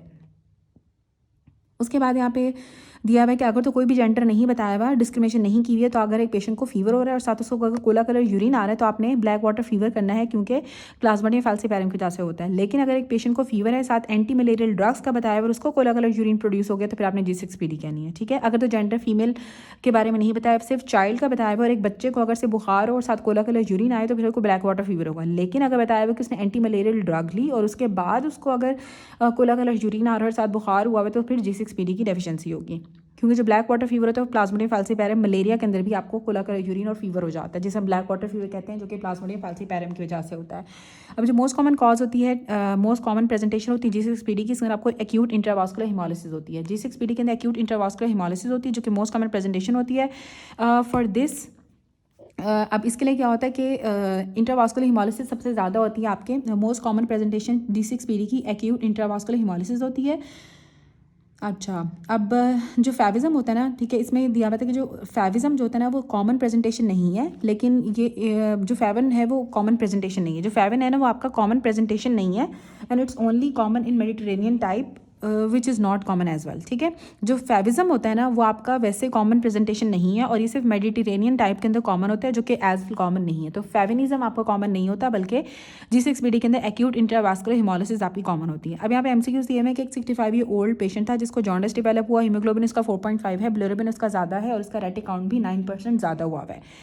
आपको पोलीक्रोमेजिया मिल रहा है, क्लम्स नजर आ रही हैं, कौन सा टेस्ट हम करेंगे इसको कंफर्म करने के लिए। पोलीक्रोमेजिया अगर आपको नजर आए, क्लम्स नजर आए, हीमोग्लोबिन कम हो, जॉन्डिस हुआ हुआ, इंक्रीज बिलिरुबिन हो, बिलिरुबिन ज़्यादा होना, जॉन्डिस होना और साथ रेटिक काउंट का ज़्यादा होना, साथ आपको पोलीक्रोमेजिया मिलना और क्लम्स मिलना, तो इसके लिए हम कोम्स टेस्ट कराते हैं। एक वमेन आई है जिसको जॉन्डिस डेवलप हुआ है, ठीक है, जॉन्डिस है 1 साल से और टोटल बिलिरुबिन उसका 6 है, टोटल बिलिरुबिन उसका 6 बहुत ज़्यादा बड़ा हुआ है और कॉन्जुगेटेड बिलिरुबिन उसका 1 है।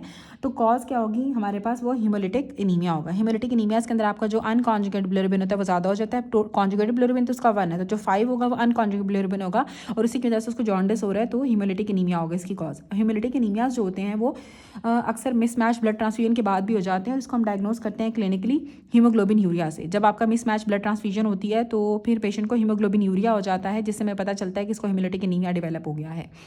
हाई रेटिक काउंट है अगर, और साथ आपका टोटल ल्यूकोसाइट काउंट भी ज़्यादा है, बिलिरुबिन भी ज़्यादा है और हीमोग्लोबिन लो है, तो डायग्नोसिस क्या होगी, हीमोलिटिक एनीमिया। हीमोलिटिक एनीमिया वाले पेशेंट्स का रेटिक काउंट ज़्यादा हो जाता है, क्योंकि आरबीसीज की हीमोलिसिस ज़्यादा हो रही है, तो आपके रेटिकुलोसाइट ज़्यादा होंगे और टोटल ल्यूकोसाइट्स भी कम, WBCs आपके ज़्यादा हो जाते हैं, ल्यूकोसाइट ज़्यादा हो जाते हैं, बिलिरुबिन ज़्यादा होता है, क्योंकि आरबीसीज की ब्रेकडाउन हो रही है तो उससे बिलिरुबिन बनता है और आपका हीमोग्लोबिन कम हो जाता है हीमोलिटिक एनीमिया के अंदर। एक 60 ओल्ड इरिटेबल पेशेंट आया है, उसका हीमोग्लोबिन 4.8 है, जो कि बहुत कम है और WBCs और प्लेटलेट्स उसके बिल्कुल ठीक है। रेटिक काउंट और जो बिलिरुबिन है वो उसका ज़्यादा हुआ है, तो हम कौन सा टेस्ट कराएंगे, कोम्स टेस्ट। कोम्स टेस्ट हम हीमोलिटिक एनीमियास वाले पेशेंट्स के अंदर कराते हैं। हीमोलिटिक एनीमिया वाले पेशेंट्स का बिलिरुबिन ज़्यादा होता है, उनका रेटिक काउंट ज़्यादा होता है और हीमोग्लोबिन उनकी कम होती है और टोटल ल्यूकोसाइट काउंट उनका नॉर्मल भी हो सकता है और ज़्यादा भी हो सकता है। अब एक पेशेंट आया जिसका बिलिरुबिन 6 था, डायरेक्ट बिलिरुबिन, बिलिरुबिन 6 है और डायरेक्ट बिलिरुबिन उसका 0.9 है, मतलब कॉन्जुगेटेड जो है वो 0.9 है, लेकिन अनकॉन्जुगेटेड उसका 5.1 होगा और जो रेटिक काउंट है उसका बढ़ा हुआ है 10% हुआ है। नॉर्मल रेटिक काउंट आपका सिर्फ 1% होता है, तो लाइकली कॉज क्या होगी आपकी इसमें आपका आ जाएगा हिमोलिटिक एनीमिया है। उसके बाद सिनेरियो दिया हुआ था हिमोलिटिक एनीमिया का, उसमें पेशेंट को स्प्लीनोमेगैली हुई है, रेटिक काउंट उसका 11 हुआ है, स्फेरोसाइट्स आपको नजर आ रहे हैं नेक्स्ट स्टेप के अंदर। तो क्या होगा, मेम्ब्रेन स्टेबिलिटी टेस्ट हम कराते हैं, ठीक है। हेरिटेज स्फेरोसाइटोसिस के अंदर जब आपको स्फेरोसाइट्स नजर आते हैं तो इसके लिए आप मेम्ब्रेन स्टेबिलिटी टेस्ट कराते हैं, क्योंकि मेम्ब्रेन का ही डिफेक्ट होता है हेरिटेज स्फेरोसाइटोसिस के अंदर। अब एक पेशेंट है, हमने पढ़ा कि जो इंट्रावास्कुलर जो हिमोलिसिस होती है वो आपकी हेरिटेज स्फेरोसाइटोसिस के अंदर होती है, और G6PD के अंदर भी आपकी इंट्रावास्कुलर हिमोलिसिस थी। अब एक पेशेंट है जिसकी आपने सर्जरी कराई थी माइट्रल वाल्व की रिप्लेसमेंट के लिए, और 8 से 12 मंथ्स के बाद सर्जरी के उसको पैलेट डेवलप हो गया और डार्क कलर यूरिन आ रहा है। मतलब माइट्रल वाल्व की सर्जरी के 8 से 10 दिन के बाद उसको पेल हो गया है, वो डार्क कलर का यूरिन आ रहा है। लाइकली कॉज क्या होती है, माइक्रो एंजियोपैथिक हेमोलिटिक एनीमियास, ठीक है।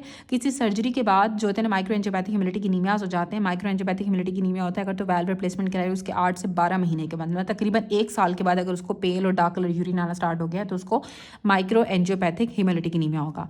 एक यंग फीमेल थी, इसको लो ग्रेड फीवर था, जॉन्डिस था, जॉइंट में भी पेन था। लैब्स के ऊपर आपको सेल लाइन्स जो ऑल सेल लाइन्स की डिक्रीज हुई है, ठीक है, सेल लाइन्स उसकी डिक्रीज हुई है। कोम्स टेस्ट उसका पॉजिटिव है, तो प्रोबेबल डायग्नोसिस क्या होगी, autoimmune haemolytic anaemia. Autoimmune haemolytic anaemia के अंदर जो सेल लाइन्स होती हैं वो कम हो जाती हैं, पेशेंट को लो ग्रेड फीवर होता है, जॉन्डिस होता है, जॉइंट्स पेन होते हैं, लेकिन कोम्स टेस्ट उसका पॉजिटिव होगा। हेमोलिटिक एनीमिया के अंदर कोम्स टेस्ट आपका पॉजिटिव होता है। अब एक एनीमिया हुआ है हेरिटेरी स्फेरोसाइटोसिस के अंदर जो एनीमिया होता है ना, वो किस वजह से होता है, आरबीसी की शेप की वजह से आपको एनीमिया डेवलप हो जाता है। इस तरह से भी होता है जो इंटेग्रल पार्ट है आपके आरबीसी की मेम्ब्रेन का, वो स्पेक्ट्रिन होता है। जो बाइकनकेव शेप होती है ना आरबीसीज की, वो स्पेक्ट्रिन से मेंटेन्ड होती है। कौन सी प्रोटीन होती है जो कि आपके आरबीसीज की बाइकनकेव शेप को मेंटेन करती है, तो इसमें आपकी स्पेक्ट्रिन आती है। स्पेक्ट्रिन आपके बाइकनकेव शेप को मेंटेन करती है, और क्योंकि साइटोस्केलेटन का जब डिफेक्ट होता है तो आपको हेरिटेरी स्फेरोसाइटोसिस डेवलप हो जाती है। मेम्ब्रेन डिफेक्ट होता है हेरिटेरी स्फेरोसाइटोसिस के अंदर। जो मोस्ट कॉमन प्रोटीन जो कि डिफेक्टिव होती है हेरिटेरी स्फेरोसाइटोसिस के अंदर, वो स्पेक्ट्रिन होती है। एक पेशेंट आया जिसको स्प्लीनोमेगैली थी, साथ उसका एनीमिया भी था, ठीक है। स्प्लीन उसकी एनलार्ज हुई है, एनीमिया हुआ है, पेरिफेरल फिल्म के ऊपर आपको स्फेरोसाइट्स मिल रहे हैं। तो कॉज क्या होगी, आरबीसीज की साइटोस्केलेटन की एनॉमली है। साइटोस्केलेटन डिस्टर्ब हो गया आरबीसीज का, आरबीसीज की शेप डिस्टर्ब हो गई, स्पेक्ट्रिन की डेफिशिएंसी की वजह से आपको होता है, और इसमें आपको मेम्ब्रेन डिफेक्ट होता है जिसकी वजह से आपको हेरिटेरी स्फेरोसाइटोसिस डेवलप हो जाती है। अब एक 20 ईयर ओल्ड थी, उसको एनीमिया डेवलप हुआ, क्लिनिकल एग्जामिनेशन के ऊपर आपको पैलर मिल रहा है, माइल्ड जॉन्डिस भी है, स्प्लीन एनलार्ज हुई है, ठीक है। अब 20 ईयर फीमेल है, उसका एनीमिया है जिसमें वो पेल भी है, जॉन्डिस भी है, स्प्लीन उसकी बढ़ी हुई है। इन्वेस्टिगेशन के ऊपर हीमोग्लोबिन का कम है, रेटिकुलोसाइट काउंट उसका 9% है, और स्फेरोसाइट्स नजर आ रहे हैं ब्लड स्मेयर के ऊपर। तो कौन सी इन्वेस्टिगेशन हमें हेल्प करती है, हम आरबीसी सर्वाइवल स्टडी कराते हैं। आरबीसी की सर्वाइवल स्टडी हम कराते हैं। जो कॉज होती है फ्रेगमेंटेड आरबीसी की पेरिफेरल ब्लड के अंदर, micro angiopathic haemolytic anaemias. Peripheral blood के अंदर में फ्रेगमेंटेड आरबीसीज की जो वजह होती है वो माइक्रो एंजियोपैथिक हेमोलिटिक एनीमिया की वजह से हमें फ्रेगमेंटेड आरबीसीज नजर आते हैं पेरिफेरल ब्लड के अंदर। एक 20 ईयर ओल्ड बॉय था जिसको बहुत अरसे से एनीमिया था, प्रेजेंट किया है सिवियर जॉन्डिस के साथ 2 हफ्तों से, और हीमोग्लोबिन उसका कम हुआ है 7 है, और उसका ALP 1000 से भी ज़्यादा है। तो डायग्नोसिस क्या होगी, पिगमेंट स्टोन्स, ठीक है। अगर तो एक पेशेंट है जिसको क्रॉनिक एनीमिया था, वो सिवियर जॉन्डिस के साथ आया है, क्रॉनिक एनीमिया था सिवियर जॉन्डिस के साथ आया है, हीमोग्लोबिन तो उसका कम है लेकिन आपका ALP 1000 से भी ज़्यादा हुआ है, तो वो पिगमेंट स्टोन्स होंगे, बाइल पिगमेंट के जो स्टोन्स होते हैं। अब एक प्रेग्नेंट लेडी है, नॉन केस है फीटल हेमरेजिक डिजीज़ की, ठीक है। फीटल हेमरेजिक डिजीज़ थी उसको, ठीक। अब प्रेजेंट किया आपको 26 वीक ऑफ प्रेगनेंसी के ऊपर। नेक्स्ट इन्वेस्टिगेशन में हम सीरम मैटरनल एंटीबॉडीज़ कराते हैं। अगर उसको फीटल हेमरेजिक डिजीज़ की पेशेंट होगी तो आपने उसकी मैटरनल एंटीबॉडीज़ करानी होती हैं। उसके बाद आता है डिफरेंस, यहाँ पे बताया कि जो डैप्सोन होती है ना, उसको हम एक फीमेल को देते हैं एरिथेमा नोडोजम के लिए by dermatologist. Now she has haemoglobin उसका कम हो गया, MCV उसका 110 हो गया, और जो डायग्नोसिस में गैलोब्लास्टिक एनीमिया। डैप्सोन आपने दी एरिथेमा नोडोजम के लिए by dermatologist. Now she has haemoglobin less and the peripheral smear shows the abnormal small irregular cells, diagnosis called G6PD deficiency, ठीक है। अगर तो हमारे पास डैप्सन देने के बाद उसका MCV बढ़ जाए, मीन कार्पस्कुलर वॉल्यूम बढ़ जाए, तो क्या होगा, मेगालोब्लास्टिक एनीमिया। और अगर डैप्सन देने के बाद उसको पेरिफेरल ब्लड के ऊपर अगर आपको एबनॉर्मल स्मॉल इरेगुलर सेल्स नजर आना स्टार्ट हो, जिन सब हिंस बॉडीज या फिर बाइट सेल्स भी कहते हैं बेसिकली, अगर आपको एबनॉर्मल स्मॉल इरेगुलर सेल्स जिसको हम बाइट सेल्स कहते हैं, अगर वो आपको नजर आना स्टार्ट हो जाए तो G6PD की डेफिशिएंसी होती है। अब डैप्सन में जब आपका MCV ज़्यादा होगा तो मेगालोब्लास्टिक एनीमिया, और जब डैप्सन के अंदर आपको बाइट सेल्स मिलेंगे या एबनॉर्मल स्मॉल इरेगुलर सेल्स मिलेंगे तो उसमें आपको G6PD की डेफिशिएंसी होती है। उसके बाद लिखा हुआ है कि well both of these scenarios जो होते हैं वो students uploaded by the students in the paper, ठीक है। तो दोनों आ जाएंगे हमारे पास। सिनेरियो 1 के अंदर है कि G6PD तब मैनिफेस्ट सिर्फ और सिर्फ मेल्स के अंदर होती है, ठीक है। सो जो अगर तो एक फीमेल दी हुई है, अगर उसका MCV ज़्यादा है तो फिर आपने मेगालोब्लास्टिक एनीमिया करना है।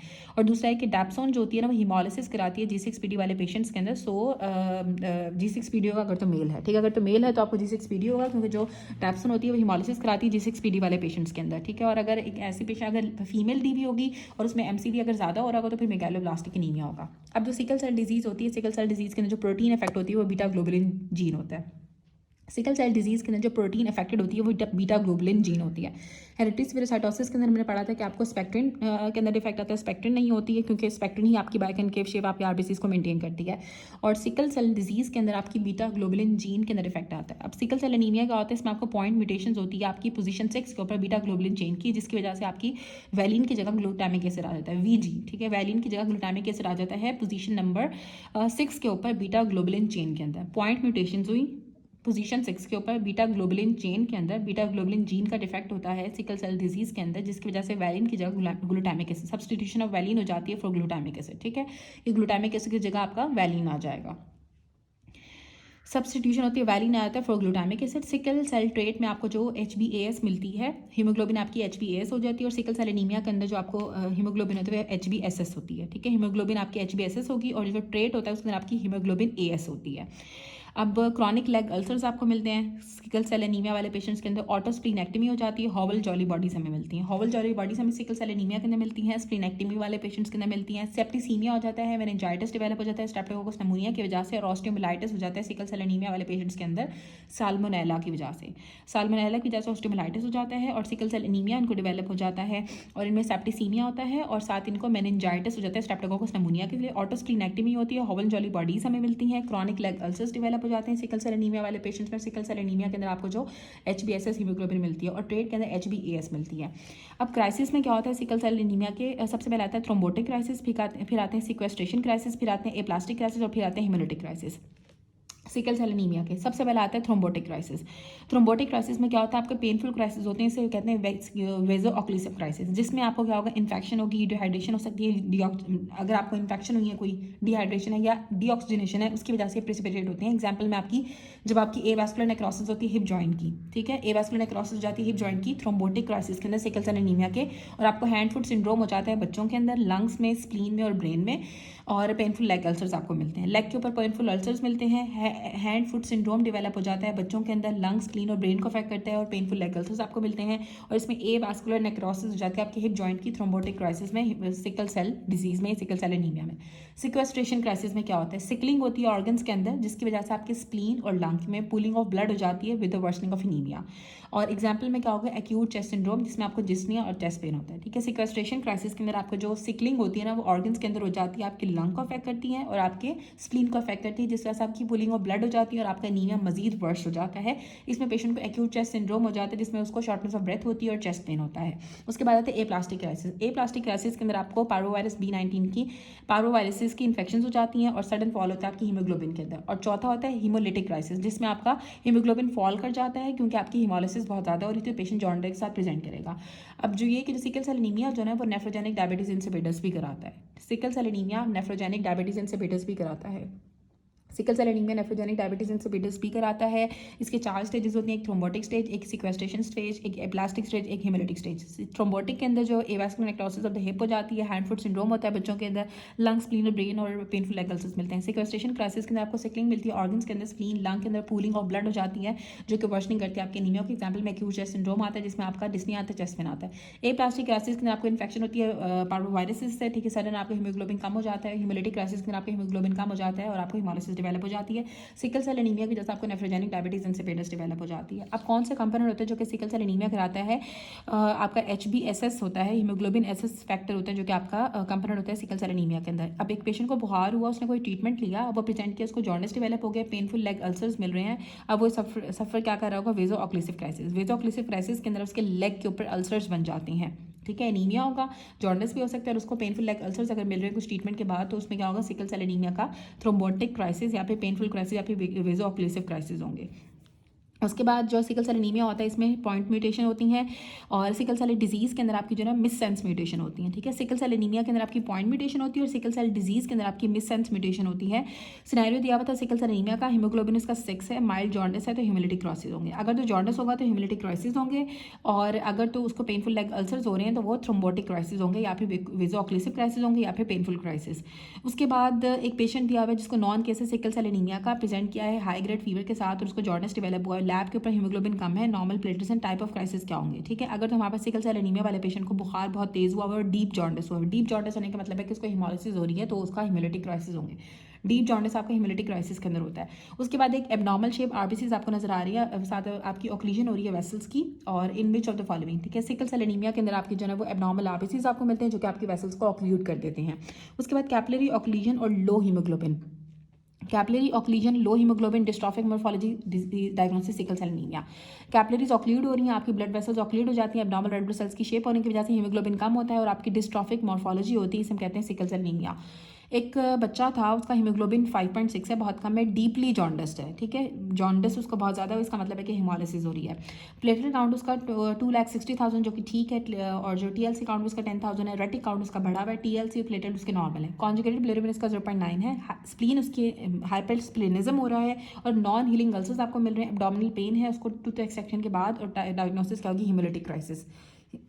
जब वो जब डीपली जॉन्डिस आएगा ना तो आपने हिमोलिटिक क्राइसिस को चेक कर, डीपली जॉन्डिस आपकी हिमोलिटिक क्राइसिस के अंदर होते हैं। उसके बाद अब यहाँ पे दिया हुआ है कि एक 65 ईयर ओल्ड लेडी थी, उसको आर्थराइटिस के लिए आपने ट्रीटमेंट किया। अब वो वीकनेस के साथ प्रेजेंट किया, ब्रूज के साथ प्रेजेंट किया। आर्थराइटिस के लिए मेडिसिन ले रही थी, अब उसको वीकनेस हो रही है, ब्रूजिंग हो रही है। उसकी एग्जामिनेशन के ऊपर आपको पैनसाइटोपिनिया मिला, उसका रेटिंग काउंट 0.1% हो गया, उसकी बोन मैरो हाइपोसेलुलर हो गई है, लेकिन नॉर्मल सेल मॉर्फोलॉजी। डायग्नोसिस क्या हो जाएगी, एप्लास्टिक एनीमिया। जो पेशेंट्स आपकी आर्थराइटिस की मेडिसिन ले रही थी, अब उसको वीकनेस ब्रूजेस डेवलप हो गए। मेन इसमें क्या है कि रेटिक काउंट उसका 0.1% है, पैनसाइटोपिनिया, हाइपोसेलुलर बोन मैरो, ये सारी चीज़ आपके एप्लास्टिक एनीमिया के अंदर होती हैं। अब डेफिनेशन दी हुई है कि जो एप्लास्टिक एनीमिया होता है इसमें आपकी फेलियर या फिर डिस्ट्रक्शन हो जाता है आपके माइलॉइड स्टेम सेल्स का।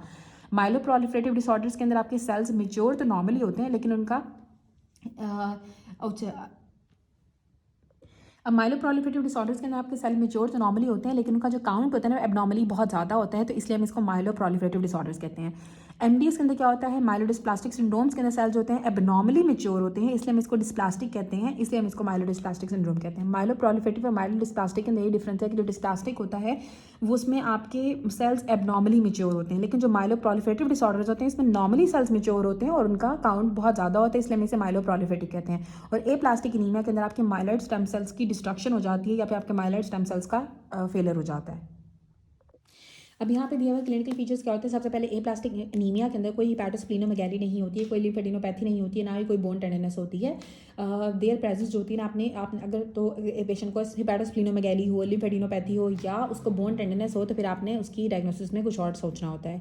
जो माइलोप्रोलिफरेटिव सिंड्रोम्स होते हैं इसमें से आपका हाई नंबर होता है सेल्स का ब्लड के अंदर, और जो माइलोडिस्प्लास्टिक सिंड्रोम होते हैं इसमें डिस्प्लास्टिक सेल्स होते हैं जो कि ऑड होते हैं और नॉन फंक्शनल होते हैं, कि वो खुद ब खुद ही उनकी डेथ हो जाती है, और आपकी जो लो नंबर होते हैं आपके ब्लड के अंदर, ठीक है। ब्लड के अंदर आपके सेल्स का नंबर लो हो जाता है क्योंकि ये सेल्स इतने ज़्यादा एबनॉर्मल होते हैं कि इतने ज़्यादा आपके एबनॉर्मल सेल्स होते हैं कि उनका कोई फंक्शन भी नहीं होता, नॉन फंक्शनल होते हैं और बिल्कुल ऑड सी उनकी शेप होती है, फंक्शन भी नहीं कर पाते, और इनका जो है ना वो लोअर नंबर होते हैं इनके ब्लड के अंदर। उसके बाद जो बोन मैरो जब हम कराते हैं, आपकी सेल की मॉर्फोलॉजी आपकी नॉर्मल होती है एप्लास्टिक एनीमिया के अंदर, लेकिन बोन मैरो आपकी हाइपोसेलुलर होगी। सेल्स जो है नॉर्मल मॉर्फोलॉजी वाले होंगे, लेकिन उनका सेल का काउंट कम होगा। बोन मैरो आपकी हाइपोसेलुलर हो जाती है, रेटिक काउंट आपका कम हो जाता है, और ईपीयू आपकी एरिथ्रोपॉइटिन के लेवल आपके ज़्यादा हो जाते हैं।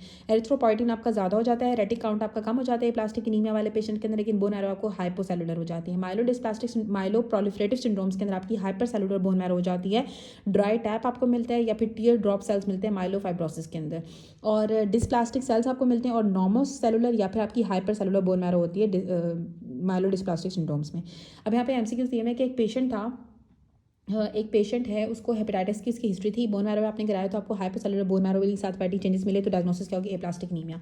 हाइपोसेलुलर बोन मैरो आपकी एप्लास्टिक एनीमिया के अंदर होती है। Investigation of choice aplastic anaemia की आपकी बोन मैरो बायोप्सी होती है। एप्लास्टिक एनीमिया वाले पेशेंट्स को हम बोन मैरो एस्पिरेट लेते हैं और ट्रैफिन बायोप्सी करते हैं। कैरेक्टरिस्टिक फीचर माइलोफाइब्रोसिस का जो कैरेक्टरिस्टिक फीचर होता है इसमें टीयर ड्रॉप सेल्स मिलते हैं। टीयर ड्रॉप सेल्स हमें माइलोफाइब्रोसिस में मिलते हैं जब आपकी बोन मैरो की फाइब्रोसिस हो जाती है।